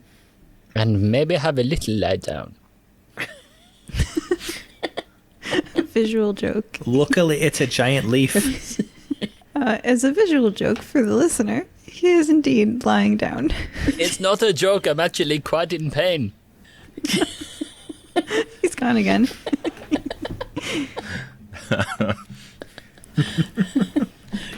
Who gave him his license for that thing? Alright. I guess I'll read the understory layer. Do you guys want that? Yeah. Sure, that sounds great. Okay. Sturdy, thick wood trunks hold up the immense weight of the canopy and emergent levels above you. The light is shaded, and with an absence of dense leaves, you can actually see quite far here. It's not as dark as the forest floor, and it's not as leafy as the canopy. How are you all positioned? Never mind, you're on floating leaves. Okay. Vertical lines, all rising up to the canopy of leaves above you. Vertical lines of trunk, rising up from the forest floor beneath you. Vertical lines repeated off into the distance. Vertical lines, vertical lines. Brown tree trunks, vertical, wait. 2 horizontal lines. A box. A square breaking the parallel lines off 300 feet in the 6 o'clock position. What is that? What is that indeed? Can we tell? You're 300 feet away. It's hard to see from this distance. Mush, leaf, mush. Pugsby races off towards the leaf, the others quickly in tow, and Pugsley sees the horizontal lines making up this box have windows, a door, and a roof. Oh, it's a treehouse. Yes, it is. Always wanted one. Me dad said he was too busy to build it, though. His life. Could we knock on the door? Would someone be willing to knock on the door? Oh, I'm an expert at knocking on the door. Okay. So I will park my leaf appropriately, and then I will go up to the door and give 3 firm knocks. Knock, knock, knock. Preferably not with your hammer. Perhaps. No. Perhaps. I've got that in tow. Oh, yes. But it's ready in case I need it. But just my fist for now. Knock, knock, knock. Gatsby! Gatsby, what's on your forehead? Blood! Are you well enough to accompany us? You seem to have a bandage or an injury. It's all right. Are you well? Oh, wait, hang on. Yes, this is mine. This is mine. You sure? Well, I mean, there's quite a lot of other gore on me at the moment, but I'm fairly confident. Yes, my blood is particularly iridescent. Yes, this is mine. Does anyone have any sort of medical equipment with us I have that I could use? very clean cleaning rags. Would that help? Let's see. Chemicals plus blood. No. Might be all right. Yes, I will borrow one. I mean, I Okay. cannot promise to give it back in the same That's cleanliness I received it, but Not to worry. I will take one of the cleaning rags and hold it up to my head. Stop the bleeding from your head. I was going to say from your brain, but obviously your brain is intact. Oh, no. Well, No, Not obvious at all. There's a whole chunk missing out of it now. There goes the rest. There goes the last of the truth-telling portion of my brain. The stories will be even wilder now. Who knows what I'll see? As Skirmish knocks on the door, a human woman in her 30s opens the door. Her initially placid face contorts with recognition. "You!" she shouts at Gatsby and slams the door in your faces. And he's holding his hand to his head, blood leaking from between his fingers, and she's shouting at him. It's rough. It's, you get a headache from all this. Who said that? the lady in the treehouse. Obviously, you knew her. Oh, I thought I imagined that. Go ahead and do a history check, Gatsby. I will do it with disadvantage because I've got a head injury. You do. And it's taken away your truth-telling capacity, is that right? Well, I mean, I could be telling the truth. I could be lying. Who knows? Oh, but If that he is said yes, that's a 21. could you believe him? Even the 21, even with disadvantage. Wow. Oh my goodness, you do. Okay, so you remember this person. You last saw them as you walked out of a bank, leaving behind a singing dead corpse. I mean, that could be any number of people. It was the branch manager at the Bank of Guasso in Nicomoy. Well, folks, I've got a great pun for you. Coming right up, this person used to be and apparently still remains a branch manager. Hey, we're in a tree. Okay, so out of character, I put this person in the adventure because their last name was Tree Hollow. That's perfect. So I just yoinked them right into the story. There we go. Okay. All right. Sorry, less out of character from your DM. Go ahead. Well, so as I was saying before, the universe, I think, said something else. I've run across this person before. I'm fairly confident they're not a fan, but then again, who is? So, if we want to... You know what, how about we just burn the house down? No. Not a big fan of that. No, that's in the forest. I've already done one fire today. That was mostly fine. Could we maybe try another person to knock, that she might not slam the door in their face, as in Skirmish? Yes, Skirmish I will was- hide. I will just go around the corner. Maybe they've got a bad memory like I do. That's a good idea. What is? So, are you hidden then? I just give Gatsby a thumbs up like, you got it. Okay. What am I doing? So, you just hide. Just, okay. take a nap. Take a nap, here is a That sounds blanket. like a good idea, to be honest. Okay, I will I'm just gonna put have my a quick lie travelling- down.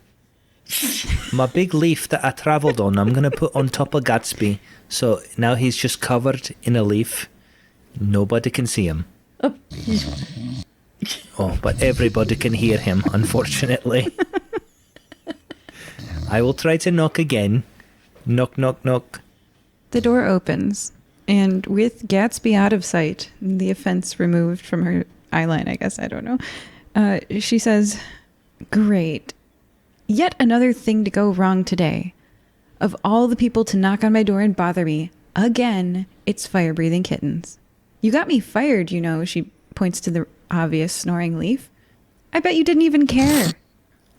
I'm sorry, I didn't even know you were fired. I'm sorry, but from where were you fired? "I was the manager in charge during the debacle with the singing corpse and the blatantly corruptly changed property value. After that, my name was mud in the banking circles of Guasso. Nobody would hire me. So I took my meager savings and said, to heck with the world. It doesn't need me. Well, I don't need it. And I built this treehouse, which was going fine until earlier today. Well, what happened? This blonde half-elf came in and look, she heads to the window. You could follow her in the house if you would like. Sure, yeah. Wooden plank floors and walls, a simple bed and stove, and a desk on one wall. The desk has 4 pencils and a knife on it.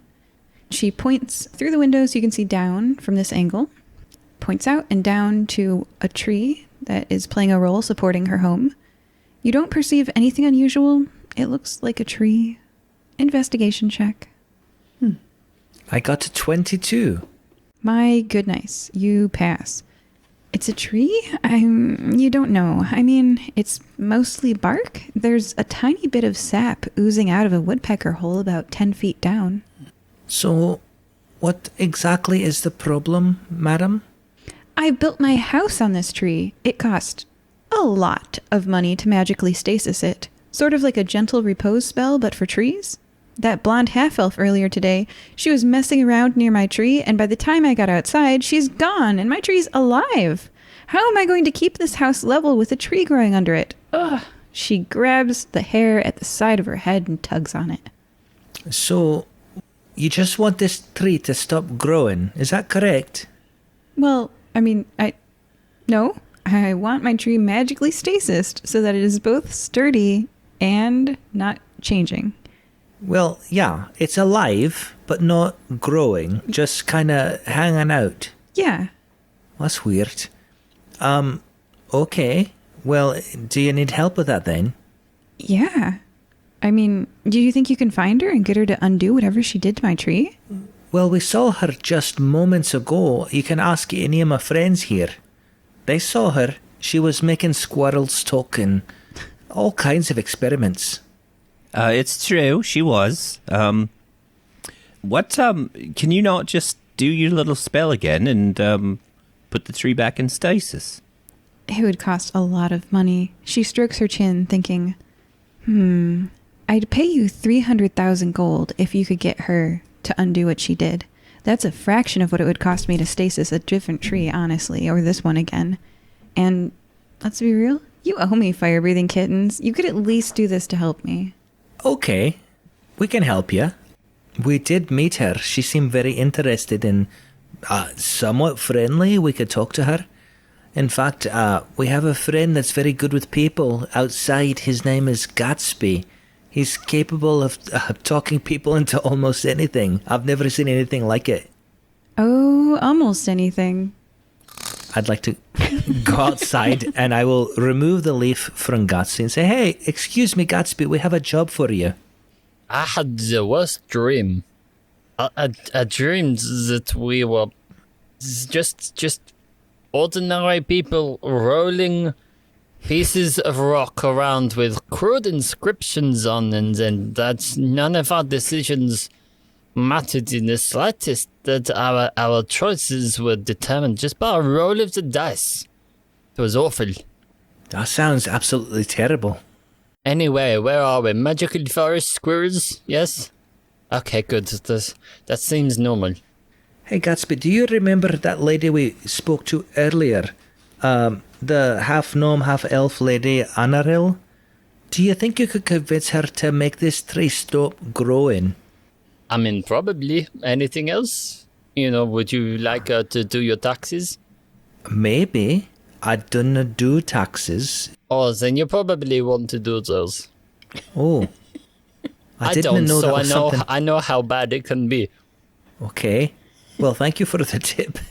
Apparently there's a reward if we are successful at 300,000 gold pieces. That sounds about right. We need the acorn for Pugsley. Correct? We still need to find that. Oh, yeah. Let's go talk to this lady in the treehouse. Maybe she's seen it. Hello, excuse me, I didn't catch your name. My name is Skirmish. Yeah, my name is Robin Treehollow. Oh, nice to meet you, Robin. Or Miss Treehollow, sorry. Have you seen an acorn around? So, she presses her lips together and they make, a flat, thin, horizontal line. And she just looks around at the entire forest around you and she's like, yeah. Pugsley, she's seen him. His name is Nedry, and when he was a year and a half old, he fell, and he's got a bit of a niche on the top of his cap. I don't think I can tell acorns apart. Sorry. It's all right. I mean, if you didn't spend much time with them, I guess. So, you want us to find this lady, I can't remember her name now, and no, I've already stated all this before. Yes, so we gotta go and find the lady. Yeah, she was on the floor. She gave us these fancy leaves. I think we could. She seemed very nice. I don't think she'll have a problem returning your tree to being in stasis. Let's go. Well, let's try. Let's try with her. Try to find her. Do we go back where we saw her first? Anaril? Okay. All right, so go back? That means that you guys are traveling downwards? Yeah, we'll go On back the down on leaves. those. Even Gatsby? I'm the one who's going to be doing all the talking. Especially Because Gatsby. I'm in the good enough brain position to be doing such things. All right. You head back, and honestly, it hasn't been that long since you saw her. You find her right away. She's bending over a fern, and the fern is chuckling.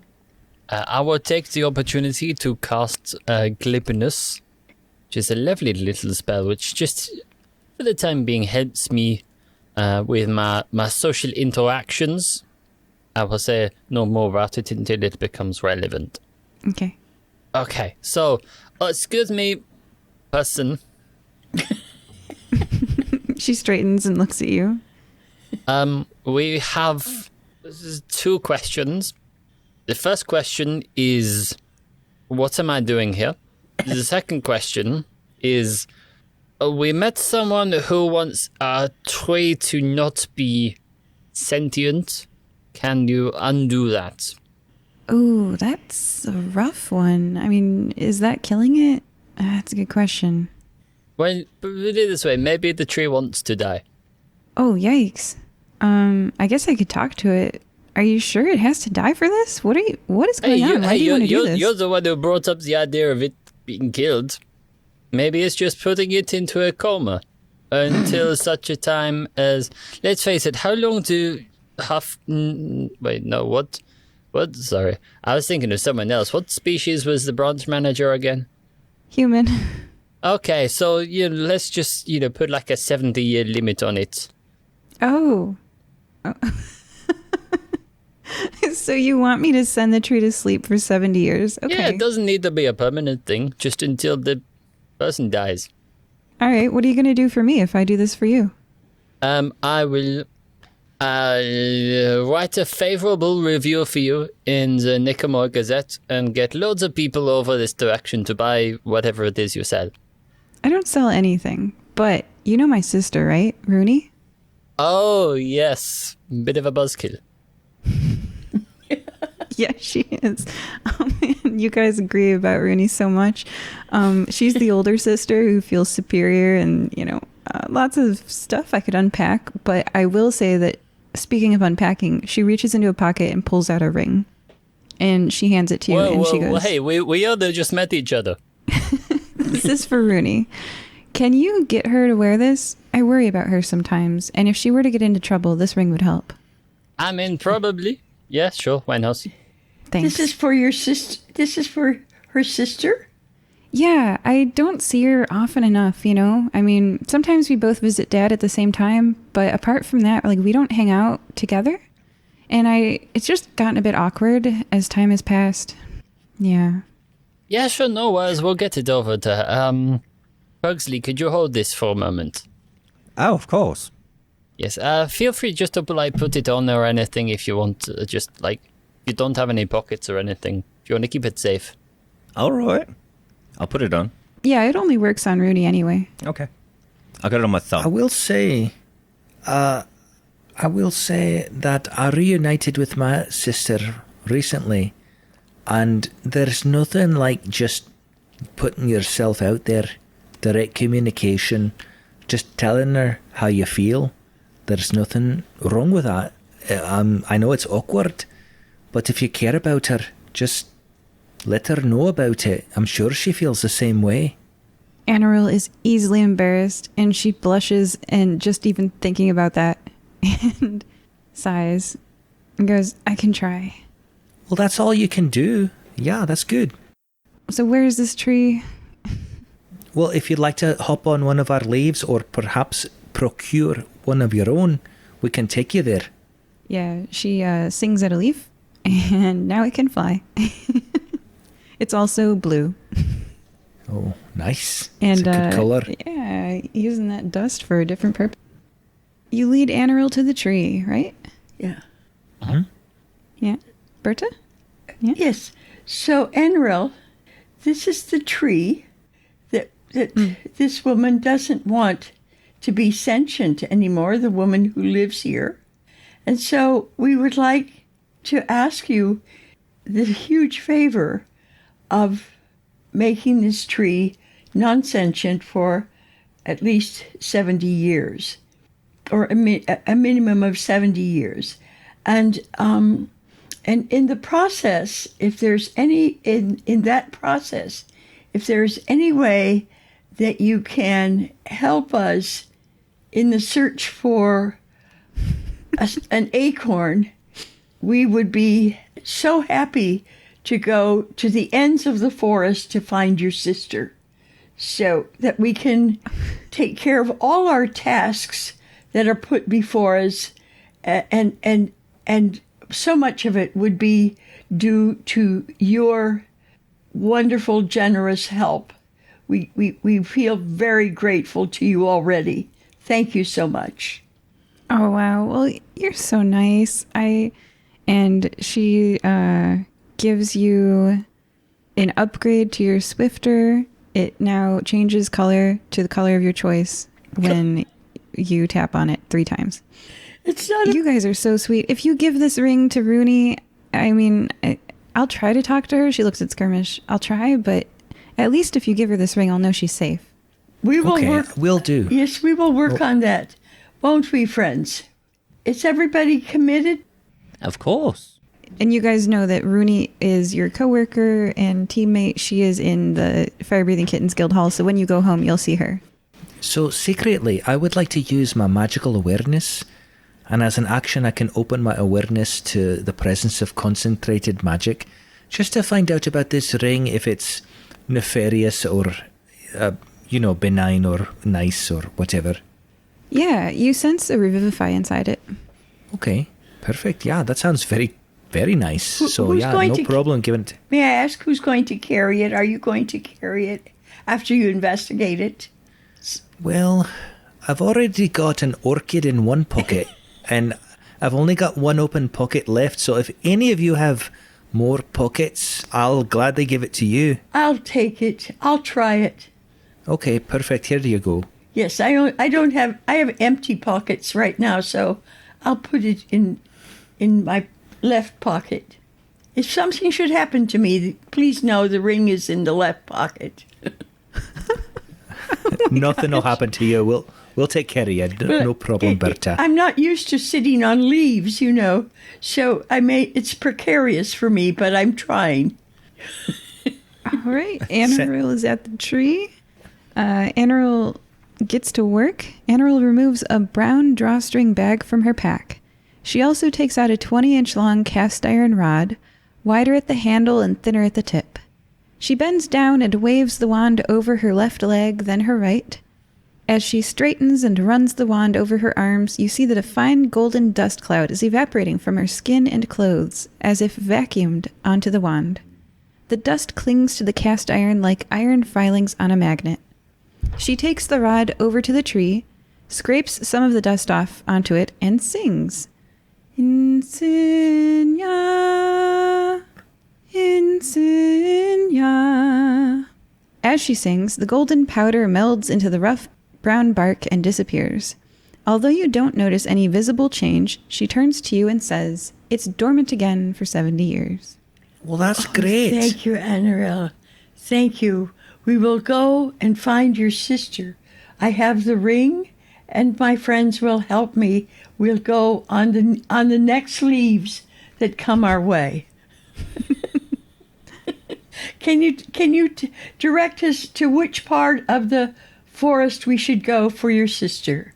Oh, no, it's okay, but she lives back home. Oh, she's back home. We know her. Oh, yes. All right. Good. Good, Gatsby. Then perhaps you can be the first leaf in the line and lead us there. Yes? On your leaf? How about we go and find the acorn first? Is your head all right? No. No, it's not. Well, I will take this opportunity while Anaril made the tree dormant again. I will remove the orchid from my pocket delicately, and I will hand it to her and say thank you. Yes. Nice use for the orchid. Yeah, I didn't want it to get crushed. Okay, now let us go and lie to this branch manager. What? Lie? I'm just going to tell her that the tree will not be sentient at all. Oh. She doesn't need to know what happens after she dies. But all we have to say is she's the one that slammed the door in your face. Perhaps we shouldn't agitate her again. What do you think? Perhaps. Well, if she does, we can explode something. All we have to do is tell her it's dormant, which is true. We didn't have to get into details as far as how long it's dormant, right? I mean, if you insist. Gatsby, Well, what do you think about the idea of Skirmish knocking on the door? Because she didn't slam it in his face as she did in yours. So perhaps he should. What do you think of the idea of him knocking on the door to give her the good news? I mean, it's probably a sensible idea, but no, let's leave it a sensible idea. And I will go maybe have just another little, maybe just like a 5-minute nap or something. Okay? well, I don't want to hog all the knocking on the door. Wake me up when you're done. I can knock on the door if you want. Yeah, that's all right. I think, She doesn't know you, does she? It's all right. You may try. yeah, go right ahead. You're a good knocker. I'd like to say that the way I ride my leaf is I don't just cross-leg on it. It's flipped over. So I sit on the stem, and the stem is sort of in the shape of a horse's head. So my feet actually hang down instead, you know? Does that make sense to anybody? Think Well, I could, like a I could see it marigold. quite clearly. Yeah, yeah, of course. It's a perfect description. Thank you. So, are you knocking on the door? Yeah, I would go up to the All right, stay quiet, Gatsby. I'll go up and I'll the smallest little knock you've ever heard. Ding, ding, ding. I mean, she's expecting you. So Robin Treehollow answers the door and says, hello. And Skirmish introduced himself to her earlier, and so she like peeks above you because you're short, Pugsley, and says, hi, Skirmish. Hello, this is Pugsley. Hi, Pugsley, and waves at the snoring leaf. I hope you fixed it. I'll start talking way down below. Hi, I'm here. Sorry. Nice to meet you. We've solved your tree problem. It should not... how did you say dormant? It's dormant again, yes. It shouldn't start growing. It won't start growing. That shouldn't. It will not.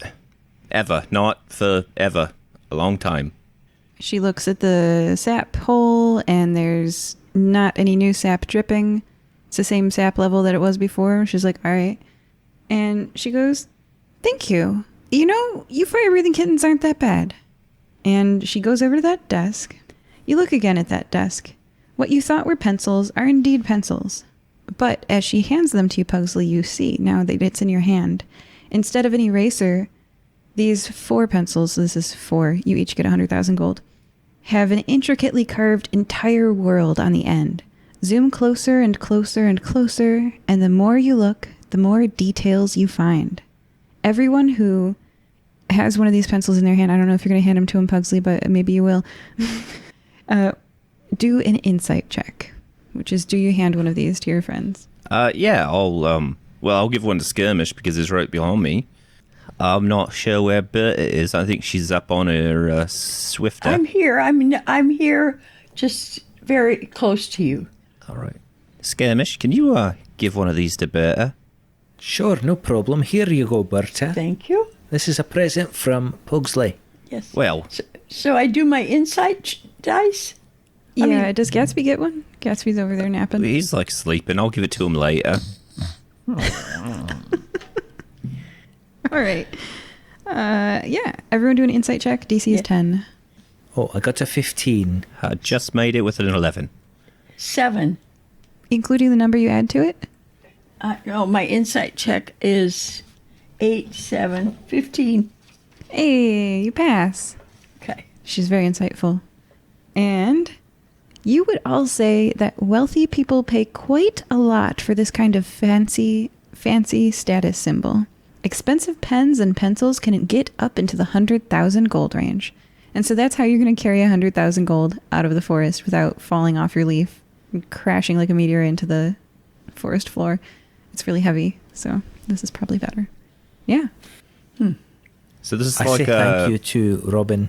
Thank you. And I pocket it. Yes. I will copy that. Thank you very much. You fire-breathing kittens aren't that bad. Not all of us, no. Not any of us, sorry. We're cool, Gatsby, she shouts. Lies. Deception. What? Sorry, I was doing the acorn rescue. Yes. I missed something. Oh, probably bad DMing moment. You just talked to Rooney's sister, Anaril, with blood streaming out of your head. She would have Yes. offered you a potion, yeah. Yeah. Maybe not. Okay, it was offered. If you want your head to be healed, it could be. I mean, who knows with us tieflings? Sometimes, having blood streaming from our heads is just a fashion thing. All right. Let's just head higher up into the trees, and we'll accost the next squirrel we see, and it'll work out. Your wisdom knows no bounds. That is true. Up and away, as they say. Yes. It's fine with me. You rise above the canopy layer, above the tree branches, into the sky. Flowers blossom from the thin twigs pushing out above the tallest branches of the emergent layer into the sky. The branches are too thin here to hold 100 pounds, and then if you didn't have leaves, I would have asked you, how are you all positioned in this emergent layer of the tall forest? But I don't even have to do... How would you all have been up here? I need to know. Would you have been able to get up here if you were limited by the 100-pound weight, or can you guys fly? Oh, No. I cannot fly at all. Gatsby can make big teleporting gates, so I think we'll be alright. You all would have been like Tarzaning, Spider-Man swinging from one portal to another across the canopies, falling but never hitting the ground. Yeah, that's pretty cool. All right, so next section says, if they can find a way to be here, you're flying on your leaves or through portals, or balanced precariously on a branch while weighing less than 100 pounds. The wind rustles your hair, and you look out upon the tippity tops of trees. Perception check? No. 5. I got to 22. 17. And see, I rolled and I got a natural 20, but then I remembered that Gatsby has a head wound, and therefore vision is a bit off, so I gave myself disadvantage and I rolled a 1. It's the most... Wow. That's incredible. I don't even know what happens. Like, what are you looking at instead, Gatsby? I think I can get my head stuck in a tree trunk. Oh my god. This is what happens when you send a city journalist out to the forest. Yeah. I mean, they say look in like every nook and cranny, but when every nook and cranny has honey in it, you tend to get a bit stuck. But on the bright side, I think the honey would act as a bit of a glue to keep the blood in. Molasses would work better. Pugsley is pulling you out of a tree, and this is why Pugsley doesn't see it. Only Skirmish and Berta see. Far, far up in the air, possibly 1,000 feet or more, a pair of wings big enough to hold a human flaps open and closed again. Closer to you, you both, Berta and Skirmish, hear snoozing. It's an incredibly fat squirrel. Pugsley's eyes. I don't see him now, so... Nope, you're pulling Gatsby out of a tree with honey sticking to him. Oh, bother. So what I will do is I will communicate to my teammates, hey, look up there. There is a guy with giant wings, probably that Mothman we saw earlier. And I don't know if you can hear it, but there is a very periodic snoring from what looks like a giant squirrel over there. Let's investigate the squirrel or the Mothman. What do you guys think? Well, you work on getting your head out. That's probably job one. I rolled an athletics check and I only got a 9, so you're still stuck, I think. Pugsley, let's switch. You talk to the... Are you okay talking to the squirrel? And I will pull Gatsby out. I can talk to the squirrel, yep. Perfect. I will work on Gatsby. I will do an athletics check. I got a 21. Mm-hmm. That's a little bit better. Gatsby, you're released from the tree. Well, that was one sticky situation. Yeah. Wow, wow, wow, wow. All right, I will glide over to the squirrel area. Look up, though. Look up, my friends. Do you see the giant wings coming toward us? They're getting closer. Oh, and they're heading further away. Oh, tick, tick, tick, tick, tick, tick, tick. The flap of the wings takes the moth humanoid out of sight. Oh, okay. Hey, no, gone. How far away would you say this moth person is? Because I've got an idea. They're moving at 1,000 feet per round. So, Okay, so, but currently, how far? 1,500 feet. Oh, that's a little bit too far then. should we That's just no good. let it go? Should we just ignore it? Well, it's pretty far away. I don't know if we can do anything, frankly. Lost opportunity. Well, it didn't harm. Wait a minute. It did. Do moths like honey? Because there's a bunch of honey on Gatsby's head. Well, you know what they say. You trap more moths with honey than you with vinegar.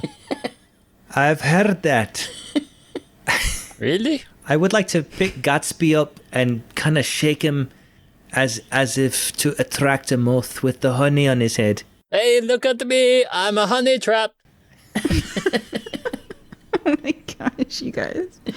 I wish there were some living animals left in this forest to land on you right now. They're all zombies, though. Do you want that? No. There's any more talking squirrels? Oh, that's right. Because you yelled, "Look at me, I am a honey trap," Chat Chittertooth wakes up. Oh, it is. What? Oh, He sees, well, quite frankly, an odd sight. As Skirmish waves Gatsby covered in honey at the no longer visible moth. And, look at me, I'm a honey trap. Well, Chet tries to move his fat, uncooperative body and gets 10 feet across the branch to another tree. How do you all react? I'm going to chase him. is Okay. that who we're looking for? Is that Chet? How do you know? Who knows him? Yes, Oh, Pugsley recognizes him. Pug recognizes him, and so do you? Well, my back is to this squirrel because I'm shaking Gatsby with honey Oh, at this ever departing moth, so I didn't see the squirrel at all. okay. So Skirmish, you didn't see it. Okay, but it's No. awake. How close is it to us? Who sees it? 30 feet away. Okay. And it's moving at 10 feet per round while dashing. It's a 6-pound squirrel. Here's the thing about squirrels and being 6 pounds. Most squirrels are less than 1 pound, so this is a Jabba the Hutt squirrel. That's right.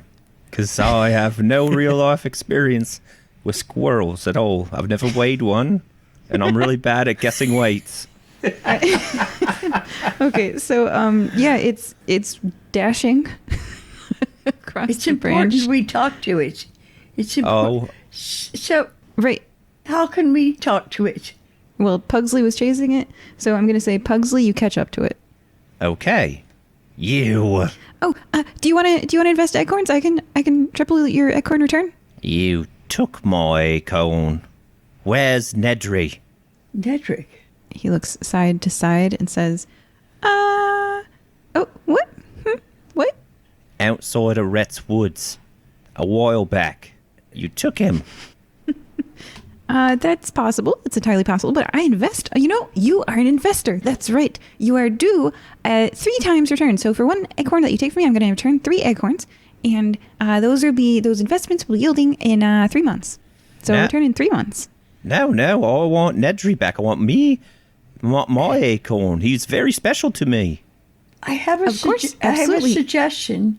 Would we be willing to offer some of our reward from Miss Tree Hollow? Each of us contribute a bit to the squirrel in return for the acorn for Nedlick. What do you think about that?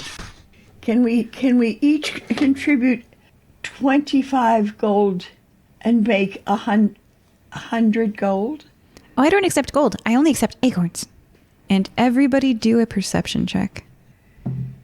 Oh, it's You're gonna do horrible. it. I got a 7. Yep, that's par for the course on Gatsby. 3. 6. Gatsby, you're covered in honey. Yeah, there's honey and blood in my eyes. I'm also my vision's a bit shaky, partially from the blood loss, but also because I'm getting physically shaken up and down. All right. If you rolled above a 5, everybody, you see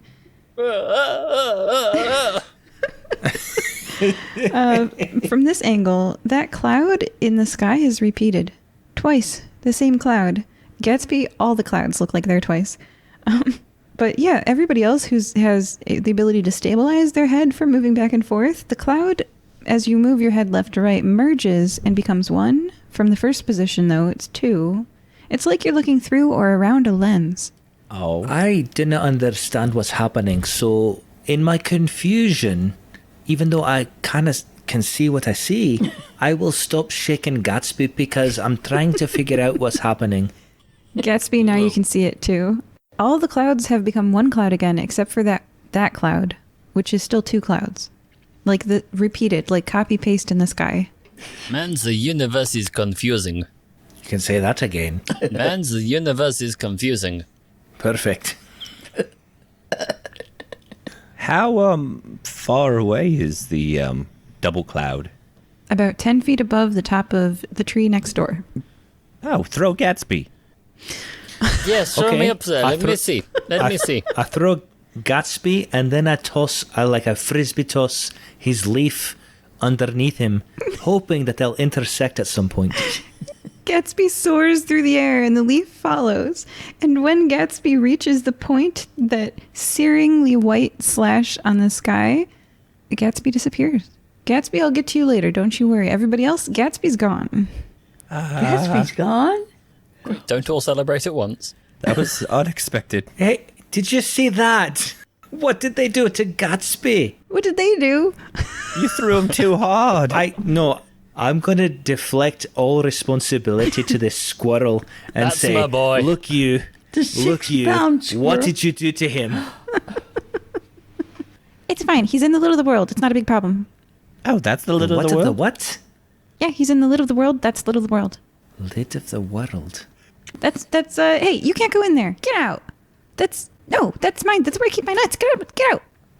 I would like to pick up this squirrel and throw him at the same cloud. Okay, make A to hit. And this is a DC 20. Okay, I'll just roll a d20 then. Oh, perfect. I got a 19 flat out.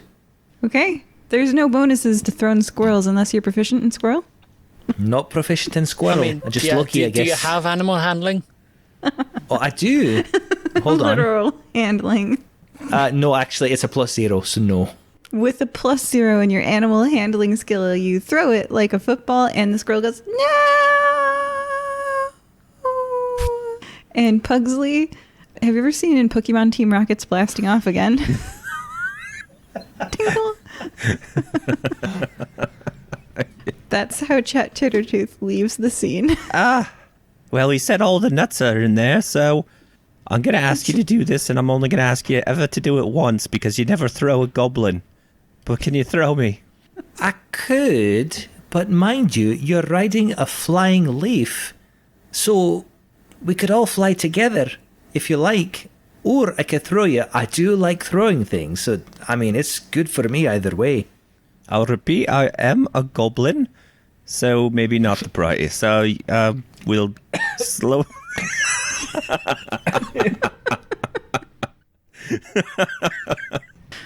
I will slowly rise up to the clouds on me leaf. Okay, I look at you in the eyes, because I could tell you're dedicated. And I pick you up and say, Godspeed, little man. And I throw you with aim true at the clouds. For what purpose, may I ask? He asked me to. I'm just trying to help a friend out. Why, Pug? Why? What does that have to do with your search for your friend? Tell me. He said they were up there. You're gonna have to shout, because he's flying. I see. Pugsley suspects the acorn is in the rend in the sky. Is in the what? Is in there. In the cloud? Yeah, because the squirrel, Chet Chittertooth, said that that's where he keeps his nuts. I see. So, Berta, it's just you and me on our leaves right now, and you've got your swifter. So, if you like, we could follow them, and we could fly up there Yes. and see if they're okay. But I'd like to stay on my own leaf if you don't mind. Oh, no. I'm not going to throw you unless invited like Pugsley Yes. did. We can And travel Gatsby, they side both by asked. side, you mean? Of Oh, course. yes, fine. Yes, Yeah, I will that support would be you. fine, yes. Okay, let's do that then. Can I take my cleaning supplies? I may need them. Absolutely, yes. Okay. Thank you. Actually, do you have any more of that lavender spray? That was delightful. Yes, I'll take the lavender spray, yes. Excellent. The whole bucket. I'll take my whole bucket. I love We might need cleaning rags as well. More cleaning rags, clean ones, in I case Gatsby's wound opens up. Oh, that's true. I have no medical supplies, so that's the best we can do. That's right. Yes, first aid kit. We should get when we get back down out of the forest. Might be something to think about, don't you think? Yeah, I Weirdly, agree. first aid kits don't exist in this universe. Oh, I see. Strange. They don't exist. I hear, Well, that means- Well, that's a marketing opportunity. Yes, it's a marketing opportunity. If perhaps the next time you take a nap, you can dream about that. Gatsby. I'm sure he will. What a small kit which has everything you need to do minor to moderate injuries without the need for a cleric. What a world. That's brilliant. You might check, though, if it takes care of head wounds that convert the brain into only telling not the truth, the non-truths. Was that a worry of yours with your head wound? Oh no, that was a pre-existing condition. I see. Oh, man. All right. So you all are entering this weird thing in the sky. I'm going to describe it. The order of entry is a little bit important here. So I hope Gatsby's alive by the time Skirmish and Berta arrive. So Let's does find Gatsby. out. All right. So, how alien, how searingly white on a background of blue this rend in the sky is. So different from how green and brown the foliage and bark of this adventure have been. You're through the alien lens, this observation window into our world created somewhere else. You're through and are falling, Gatsby. So this part's just for Gatsby. You don't have to take your headphones off or anything. It's not a long fall, maybe 7 feet. You land on a soft, crumply material, and it rustles like pages in a book. The light is dim and there is no color. Looking down, it's squirrel bedding, crinkly leaves in black and white. Left and right, there are gray walls as if this were a hallway. An abandoned observation room? It's misty here, and hard to see very far in the distance. It's hard to tell, does this space extend further? Like a bank vault? Above you, confusingly perspectived, you're looking down upon your friends as Skirmish throws Chet Chittertooth, and it's like down is up, so you're looking down, so up is the ground, and yeah, down is up, and the squirrel is blasting off again, and there's a twinkle in the sky, and so around you, the leaves rustle. At first, all is quiet. Your senses are primed. You're eagerly waiting. But there isn't a figure stepping out from the mist. No guard dogs in this nut cache, baying, running up to you to attack. What is that rustling? Netri, is that you? You hear small squeaking sounds. In common, please. And they're Now, coming, are you just saying the word squeak, or you would say there's like a from 3 o'clock and from 6 o'clock. And then from 7 o'clock, the rustling rushes towards you, like Jaws, where the water gets pushed up above the fin. The leaves are getting pushed up above a small mound that comes towards you. All right, this might actually not hit. now I should warn all of you, I do have a chemical grenade. Does an 18 hit you? Yes, obviously. I'm very squishy. There's a sudden pain in your ankle, and you take 31 piercing damage. Hey, caramba. Hey, look, you little brother, get off my ankle. You raise your ankle, and attached to it with its teeth gnawing at you, completely attached like a male anglerfish, is a chipmunk. It's small, striped, and as you wave your leg around, it flaps back and forth, but the jaws stay firmly attached. Pugsley falls through on top of you. Pugsley, please do a dexterity saving throw. You got thrown here, right? Yes, I did. So it's 13. 13. Okay, you're fine. You don't take damage. You land on top of Gatsby, who also does not take damage. Good roll. And the leaf pile startles, and several things make sounds as they move away from you rapidly. What's going on? Huh? Where? Nedry? Well, Nedry? I've got some good news and some bad news. The bad news is that we're about to be, and I've just been attacked by some mad chipmunks. The good news is for the chipmunks. Chipmunks. Chipmunks are just as horrible as squirrels. They've got food.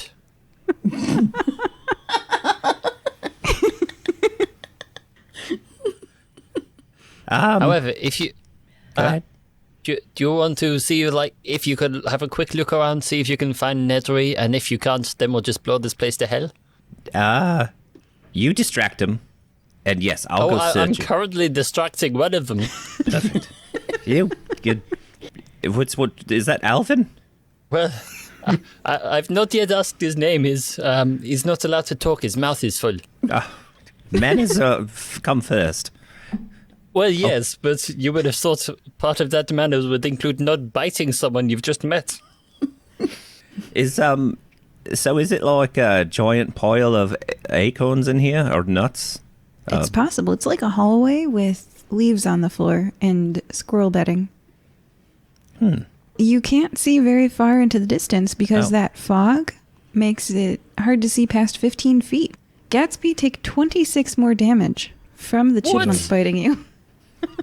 Yeah, just a heads up about the mechanics of this one. They latch on and they don't let go unless they fall unconscious. Yeah. I mean, if you don't mind before that, I can always just try and dislodge it using a Varus. Yes. So we're going to say first, Pugsley, make known whether you're moving into the distance or staying here to help with the chipmunk, because it'll, are you in the battle or are you not? And then...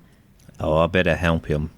Okay, well, it's up to Gatsby and Pugsley. Is this noble sacrifice in vain? Are you not going to get Nedry out of this? Or are you going to fight your way into the net cache? Wait. Nut cache? Nut hoard? Yeah. Gatsby, do you got this? Well, I've got two possible plans. The first plan is better for me, worse for you. The second plan is probably bad for both of us. So I say we go with the first one, because then at least I don't die.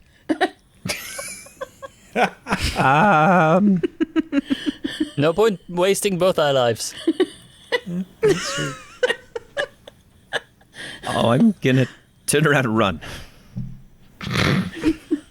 That's good. Skirmish, how far are we from this debacle? I don't know if we even see it yet. We're still journeying. Yep, let Gatsby react to this chipmunk, and then I'll bring you guys into the picture. Okay. Gatsby, go ahead and someone's in pursuit of Nedry. So Pugsley dashes off in pursuit of Nedry. What do you do? I cast... Oh, just swapped my regular voice. Gatsby is going to cast Etherealness. So Gatsby transports himself over to the ethereal plane, which effectively borders the regular plane, but it's like an outer... You basically just turn into like a spirit kind of a thing. So I can't affect like objects or anything, but also conversely, chipmunks cannot affect me, which I think is the most important thing in this situation. Yes. And as Theodore goes to sink its teeth into you, it misses because you are ethereal. Alvin went with you, though. Sure, Alvin is having an existential crisis. Alvin is very confused. But so that brings Skirmish and Berta into the picture. You arrive and you fall, but it's not a long fall. You land on a soft, crumply material, and it rustles like pages in a book. The light is dim and there is no color. Looking down, it's squirrel bedding, crinkly leaves in black and white. Left and right, there are gray walls as if this were a constructed room. Possibly a hallway because it's hard to tell how far it extends. Much like an abandoned observation room or a bank vault. And you can look up and you can see down onto the forest. And there's no Gatsby and the leaves are crinkling. What do you do? I'm freaking out because when I look up, I see down. Number one, I don't like that at all. Do I see Pugsley anywhere? No, because Pugsley moved. I assume your movement is more than 15 feet, right, Pugsley? Yeah, 30 feet. Yeah. So you don't see Pugsley. And you don't see I just Gatsby, because just see Gatsby... Berta But he sees me. and hear a lot of rustling. Yes. And I'm not doing the rustling. I'm listening to it as you are. All right. So, So last time there was rustling, that was with the fern, and I made a huge mistake with the salamander, thinking it was friendly, and it was not. Yes. So, having learned my lesson, I would like to. I've got this nifty new toy called the Hammer of Thunderbolts, and I would like to use one of its charges so I can throw it or use it. And what it does, I will hurl it amongst where we are and unleash a thunderclap audible out to 300 feet. And every creature within 30 feet must succeed in a DC 17 Constitution saving throw or be stunned. I suppose that includes Berta. I'm sorry about that. Yeah. that's very bad news. I don't wish to do anything with a DC 17, but I would be happy to help you in other ways if I could. Please be consoled that I'm here to help you in spite of this action that I'm taking right now that directly could damage you. I will protect you beyond this activity. Yes. In other words, you're telling me that you will go ahead with the activity, but if I survive, in the future you'll protect me. No, I will protect you now because the worst that will happen to you is you'll be stunned. So you won't be able to move, but I'll be here and I'll be able to protect you in your stunned state. How long does that last? Stunned. A stunned creature is incapacitated, can't move, and can speak only falteringly. So it just means that you... It says stunned until the end of my next turn. Yeah, so it means that you can't move, can only speak falteringly. You automatically fail strength and dexterity saving throws, and attack rolls against you have advantage until the end of Skirmish's next turn. It's just a bit of time. Don't worry about it. You'll be fine. I'll be here, and 95%. Everything will be okay. Maybe 80%. Do I have a choice? I'm sorry. The hammer is already in flight and it's happening, but I'm right next to you. But can I put my swifter in front of me as a shield? Okay. I'll try the swifter and see what happens with your hammer. Okay. Okay, so it's a sound blow? It's a thunderclap. Right. So yeah. It's a magical electric feather duster, so it might be able to... No, it's a swifter. Right. Yeah, so it might be able to absorb some of the sound. I'm going to say that you are not affected, and all of the chipmunks... so half of the chipmunks actually passed their roll. Dice. Okay. Yeah, so there are some fewer rustlings in the leaf litter, and you don't know what they are. Yeah. Oh, and because that was sound, I don't think it blew the leaves away, right? Correct. It's not force. Well, it says thunderclap. Thunder, okay. And it's audible. Yeah. So I don't know if it's a force type thing or a sound type thing, so I don't know. It blows away I'll leave that up to 5 you. feet of leaves. And you see a stunned chipmunk. It seems to have affected the chipmunk Is that the only chipmunk around? Was that chipmunk doing all the rustling of the leaves? Do we see any others? Look around. And as they look around, I'm going to cut to Pugsley. Pugsley, you're running forward. The room extends further, reminding you of an observation trench, a hunting blind. Crunch, crunch go the leaves underfoot. Crunch, crunch as you run. Crunch, crunch, and then you step on something round and kind of painful. Ow. Piled up in mounds, there are nuts under the leaves on this end. The far wall is now visible. It's less than 15 feet from you. You've reached the end, but there aren't all that many nuts here. Definitely not as much as you would have expected to find. Somebody has been eating the acorns. Oh no, I'm too late. Nedry? Nedry, it's me. Nedry, are you there? And we're going to cut from there, which is terribly sad, so I'm going to cut away from it, to Gatsby. Gatsby? Well, I'm floating in a sea of tranquility because for once I'm not being bitten or smacked on the head or covered in various goos or being asked strange questions by people I only just remember. It's nice. But you do have a chipmunk attached to your ankle, and that chipmunk continues to sink its teeth in. It's not Has as it not much... noticed where we are? Oh yeah, but, well, it's not that bright. So... Okay, so I guess a philosophical conversation about the state of the universe as it stands is probably out of the question. Well, if anything, like, a frightened rat bites more. So, the next number was a 48, and I think that makes sense. You take 48 piercing damage as it has an existential crisis. It's freaking out. It's like, wah, and it digs in deeper. Basically, you've extremely scared this chipmunk. It's never known such fear. And it's holding on tight with everything it has to the one thing that's solid around it, which is you. Honestly, I think with a like that would be enough to like tear like a good tendon or two. Like, there's no way that like the chipmunks like teeth have not already met in the middle and tear stuff out. It's not pretty, yeah. And I do want to show you that all of these numbers were pre-generated, so it's nothing against you. You can see the list there, and I'm just going in order. But yeah, so nothing in particular against you. The most violent not... chipmunks I've ever come across. They're enhanced, yeah. So I do apologize for that. Are you still conscious? Only just, but I can cast banishment on this one too. We're in a different plane of existence. It can bugger off. Back to the material plane. Okay, all right. Go ahead and take your turn, and then we'll go back to Berta and Skirmish. I do that. All right. I very angrily cast banishment on this chip. Actually, I would I'd like to move like as high as you can, like 30 feet, and then cast banishment.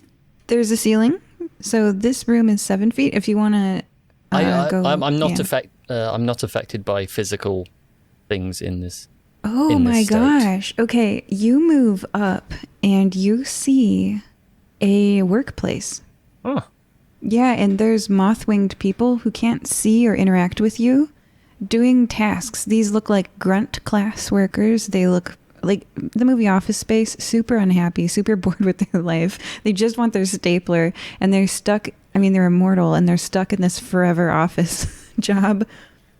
And they have a bunch of hunting blinds that they're coordinating. Yours is only one of them.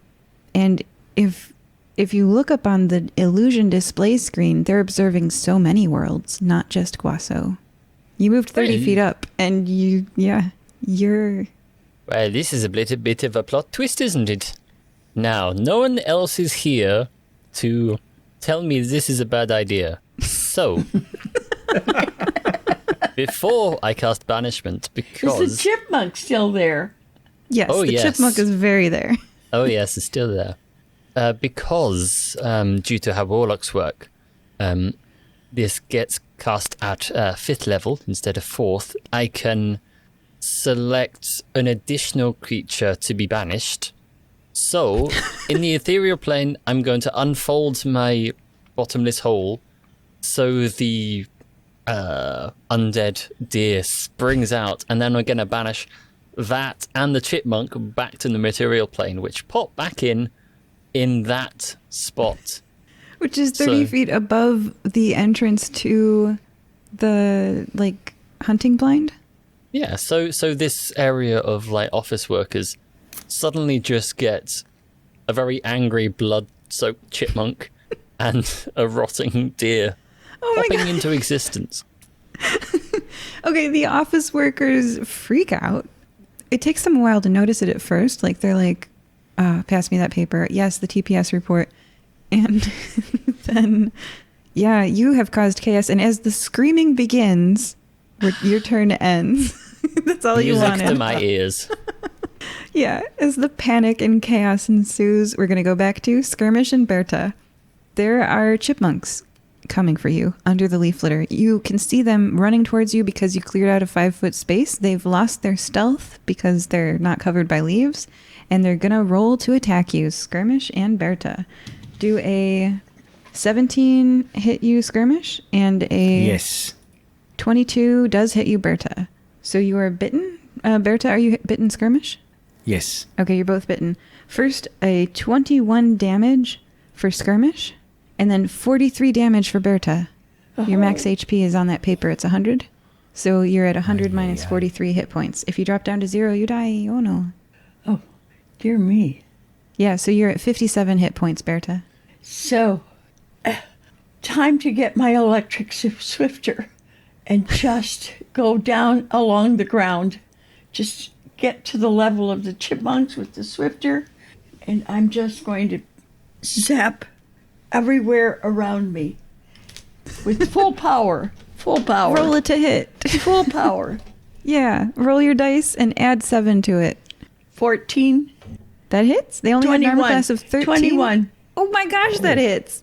This is a chipmunk. You whack a chipmunk with a swifter, and it goes zzz. Yeah. Its little tail stands straight up in the air. Right. Done. Oh my goodness. That's one less chipmunk. No, Skirmish. it's many of them because I did it in a circle. Yeah, I you did like this. No, I got all of them that were surrounding me. It was not easy, but I was able to do it because the swifter will go as long as I press the button, you see. Skirmish? Yes, Actually, and I want was you to very do- careful not to lose the ring in my pocket. I still Good. have the ring.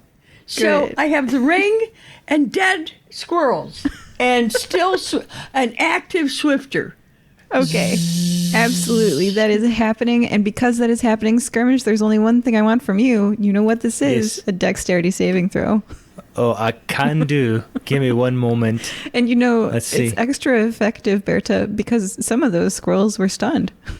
Stunned, they're Chipmunks. done. Not just stunned, done. D-O-N-E, Yes, they are. done. Those chipmunks are done. I got a 13 on the dexterity saving throw. Oh man, okay, which makes you the same armor class as those chipmunks. And Berta, you take Skirmish out with this too, a little bit. What? Skirmish. It's Wait, it's fine. wait. I got zapped before.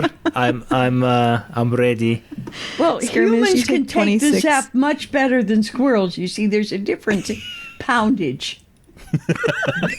Right. No, I'm sure you knocked them out completely, but since I'm bigger, it just singed a lot. No, it's kind of like a mosquito bite. You have to admit, it's nothing serious. Right, but it's where you get bitten, and it can make a huge difference. Well, that may and be you got too me much right on the rope. information, but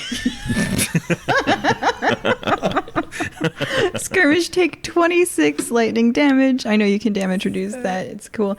Got it. And- No, I got it. All right, okay. And we're going back to Pugsley. Well, do I get to do anything with these chipmunks? You dodged a swift... there's no chipmunks left, really. I didn't dodge it at all. Don't know if you saw that. I got zapped. Yeah. All right. You see that one patch in the corner. The cleaning lady hasn't cleaned yet. It's in the corner, and there's like 4 chipmunks there rustling under the leaves. Yeah, Skirmish. All right. Well, so first of all, I thought I overreacted with the hammer because it was just chipmunks. Then I got bitten, and then I got zapped, and now I'm furious because I'm like, I did not overreact at all. And so I'm going to rage, and I'm going to find those little chipmunks and take them out because I'm very unhappy with what they did. And so, hold on. I always take forever with this. So I'm going to wild search because I'm raging.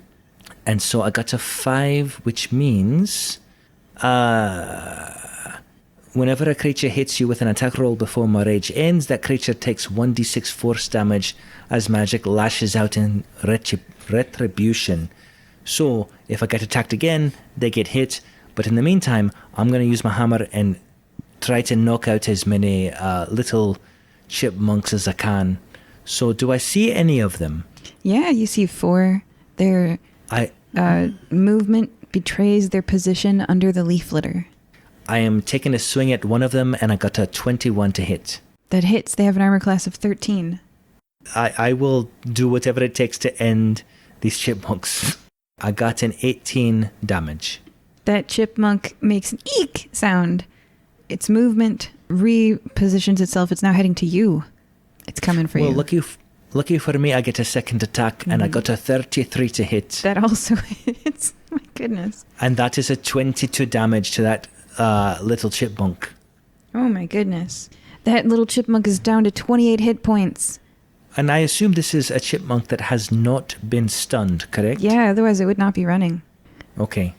Cool. Well, that is my turn. And thank you very much.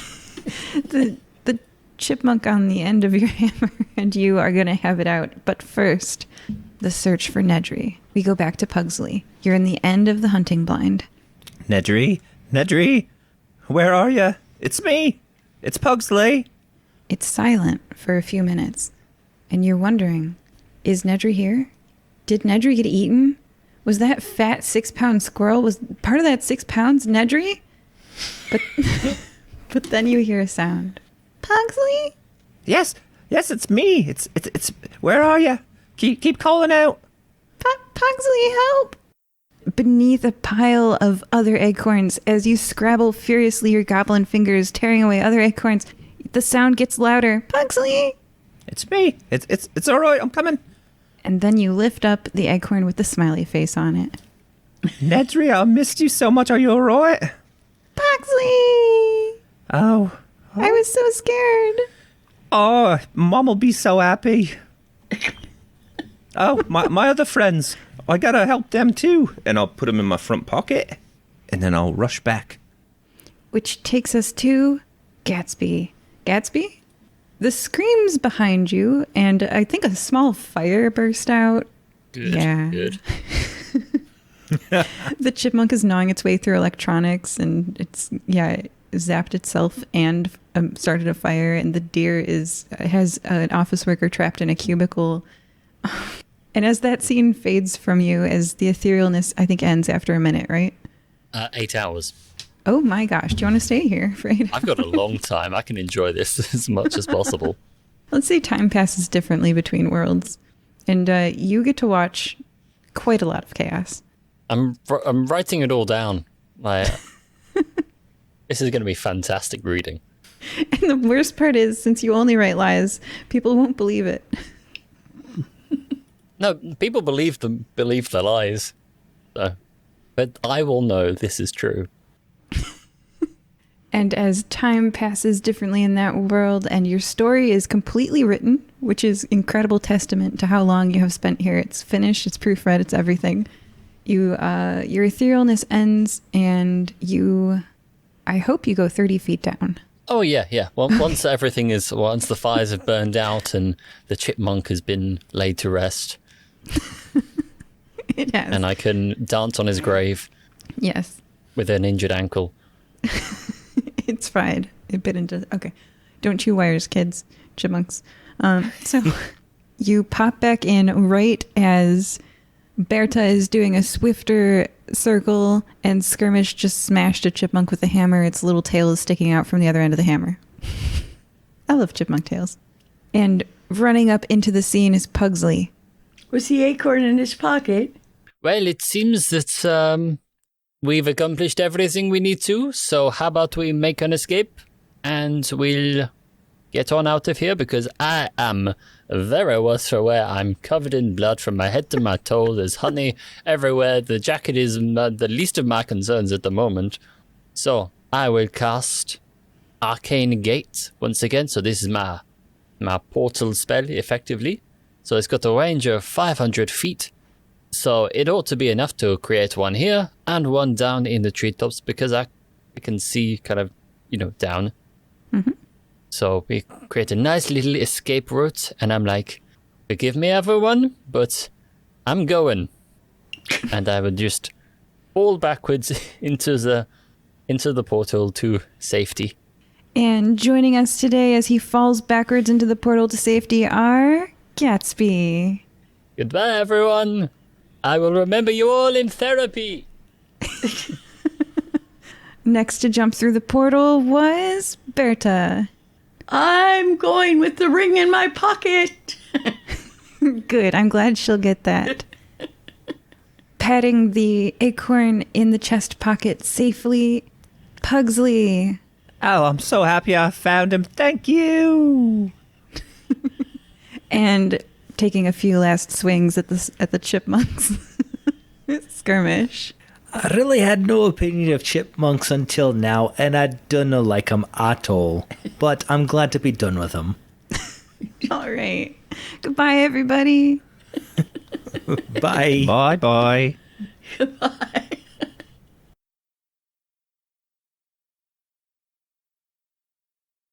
If you like weird and strange history as much as I do, then I have the podcast for you. I'm Jason Horton, host of Strange Year. Each episode, I break down the strange history and cultural happenings during that year, like 1977, the Wow Signal, 1963, Three Tramps Theory, 1844, the Millerite Movement, 1997, the Phoenix Lights, 1896, the Shortest War, 2004, Benjamin Kyle, 1518, the Dancing Plague, 1985, the Move Bombing, 1972, remote viewing. So to get your weekly weird history fix, pause the podcast you're listening to right now and subscribe to Strange Year wherever you listen to podcasts. Quiet on set. Action.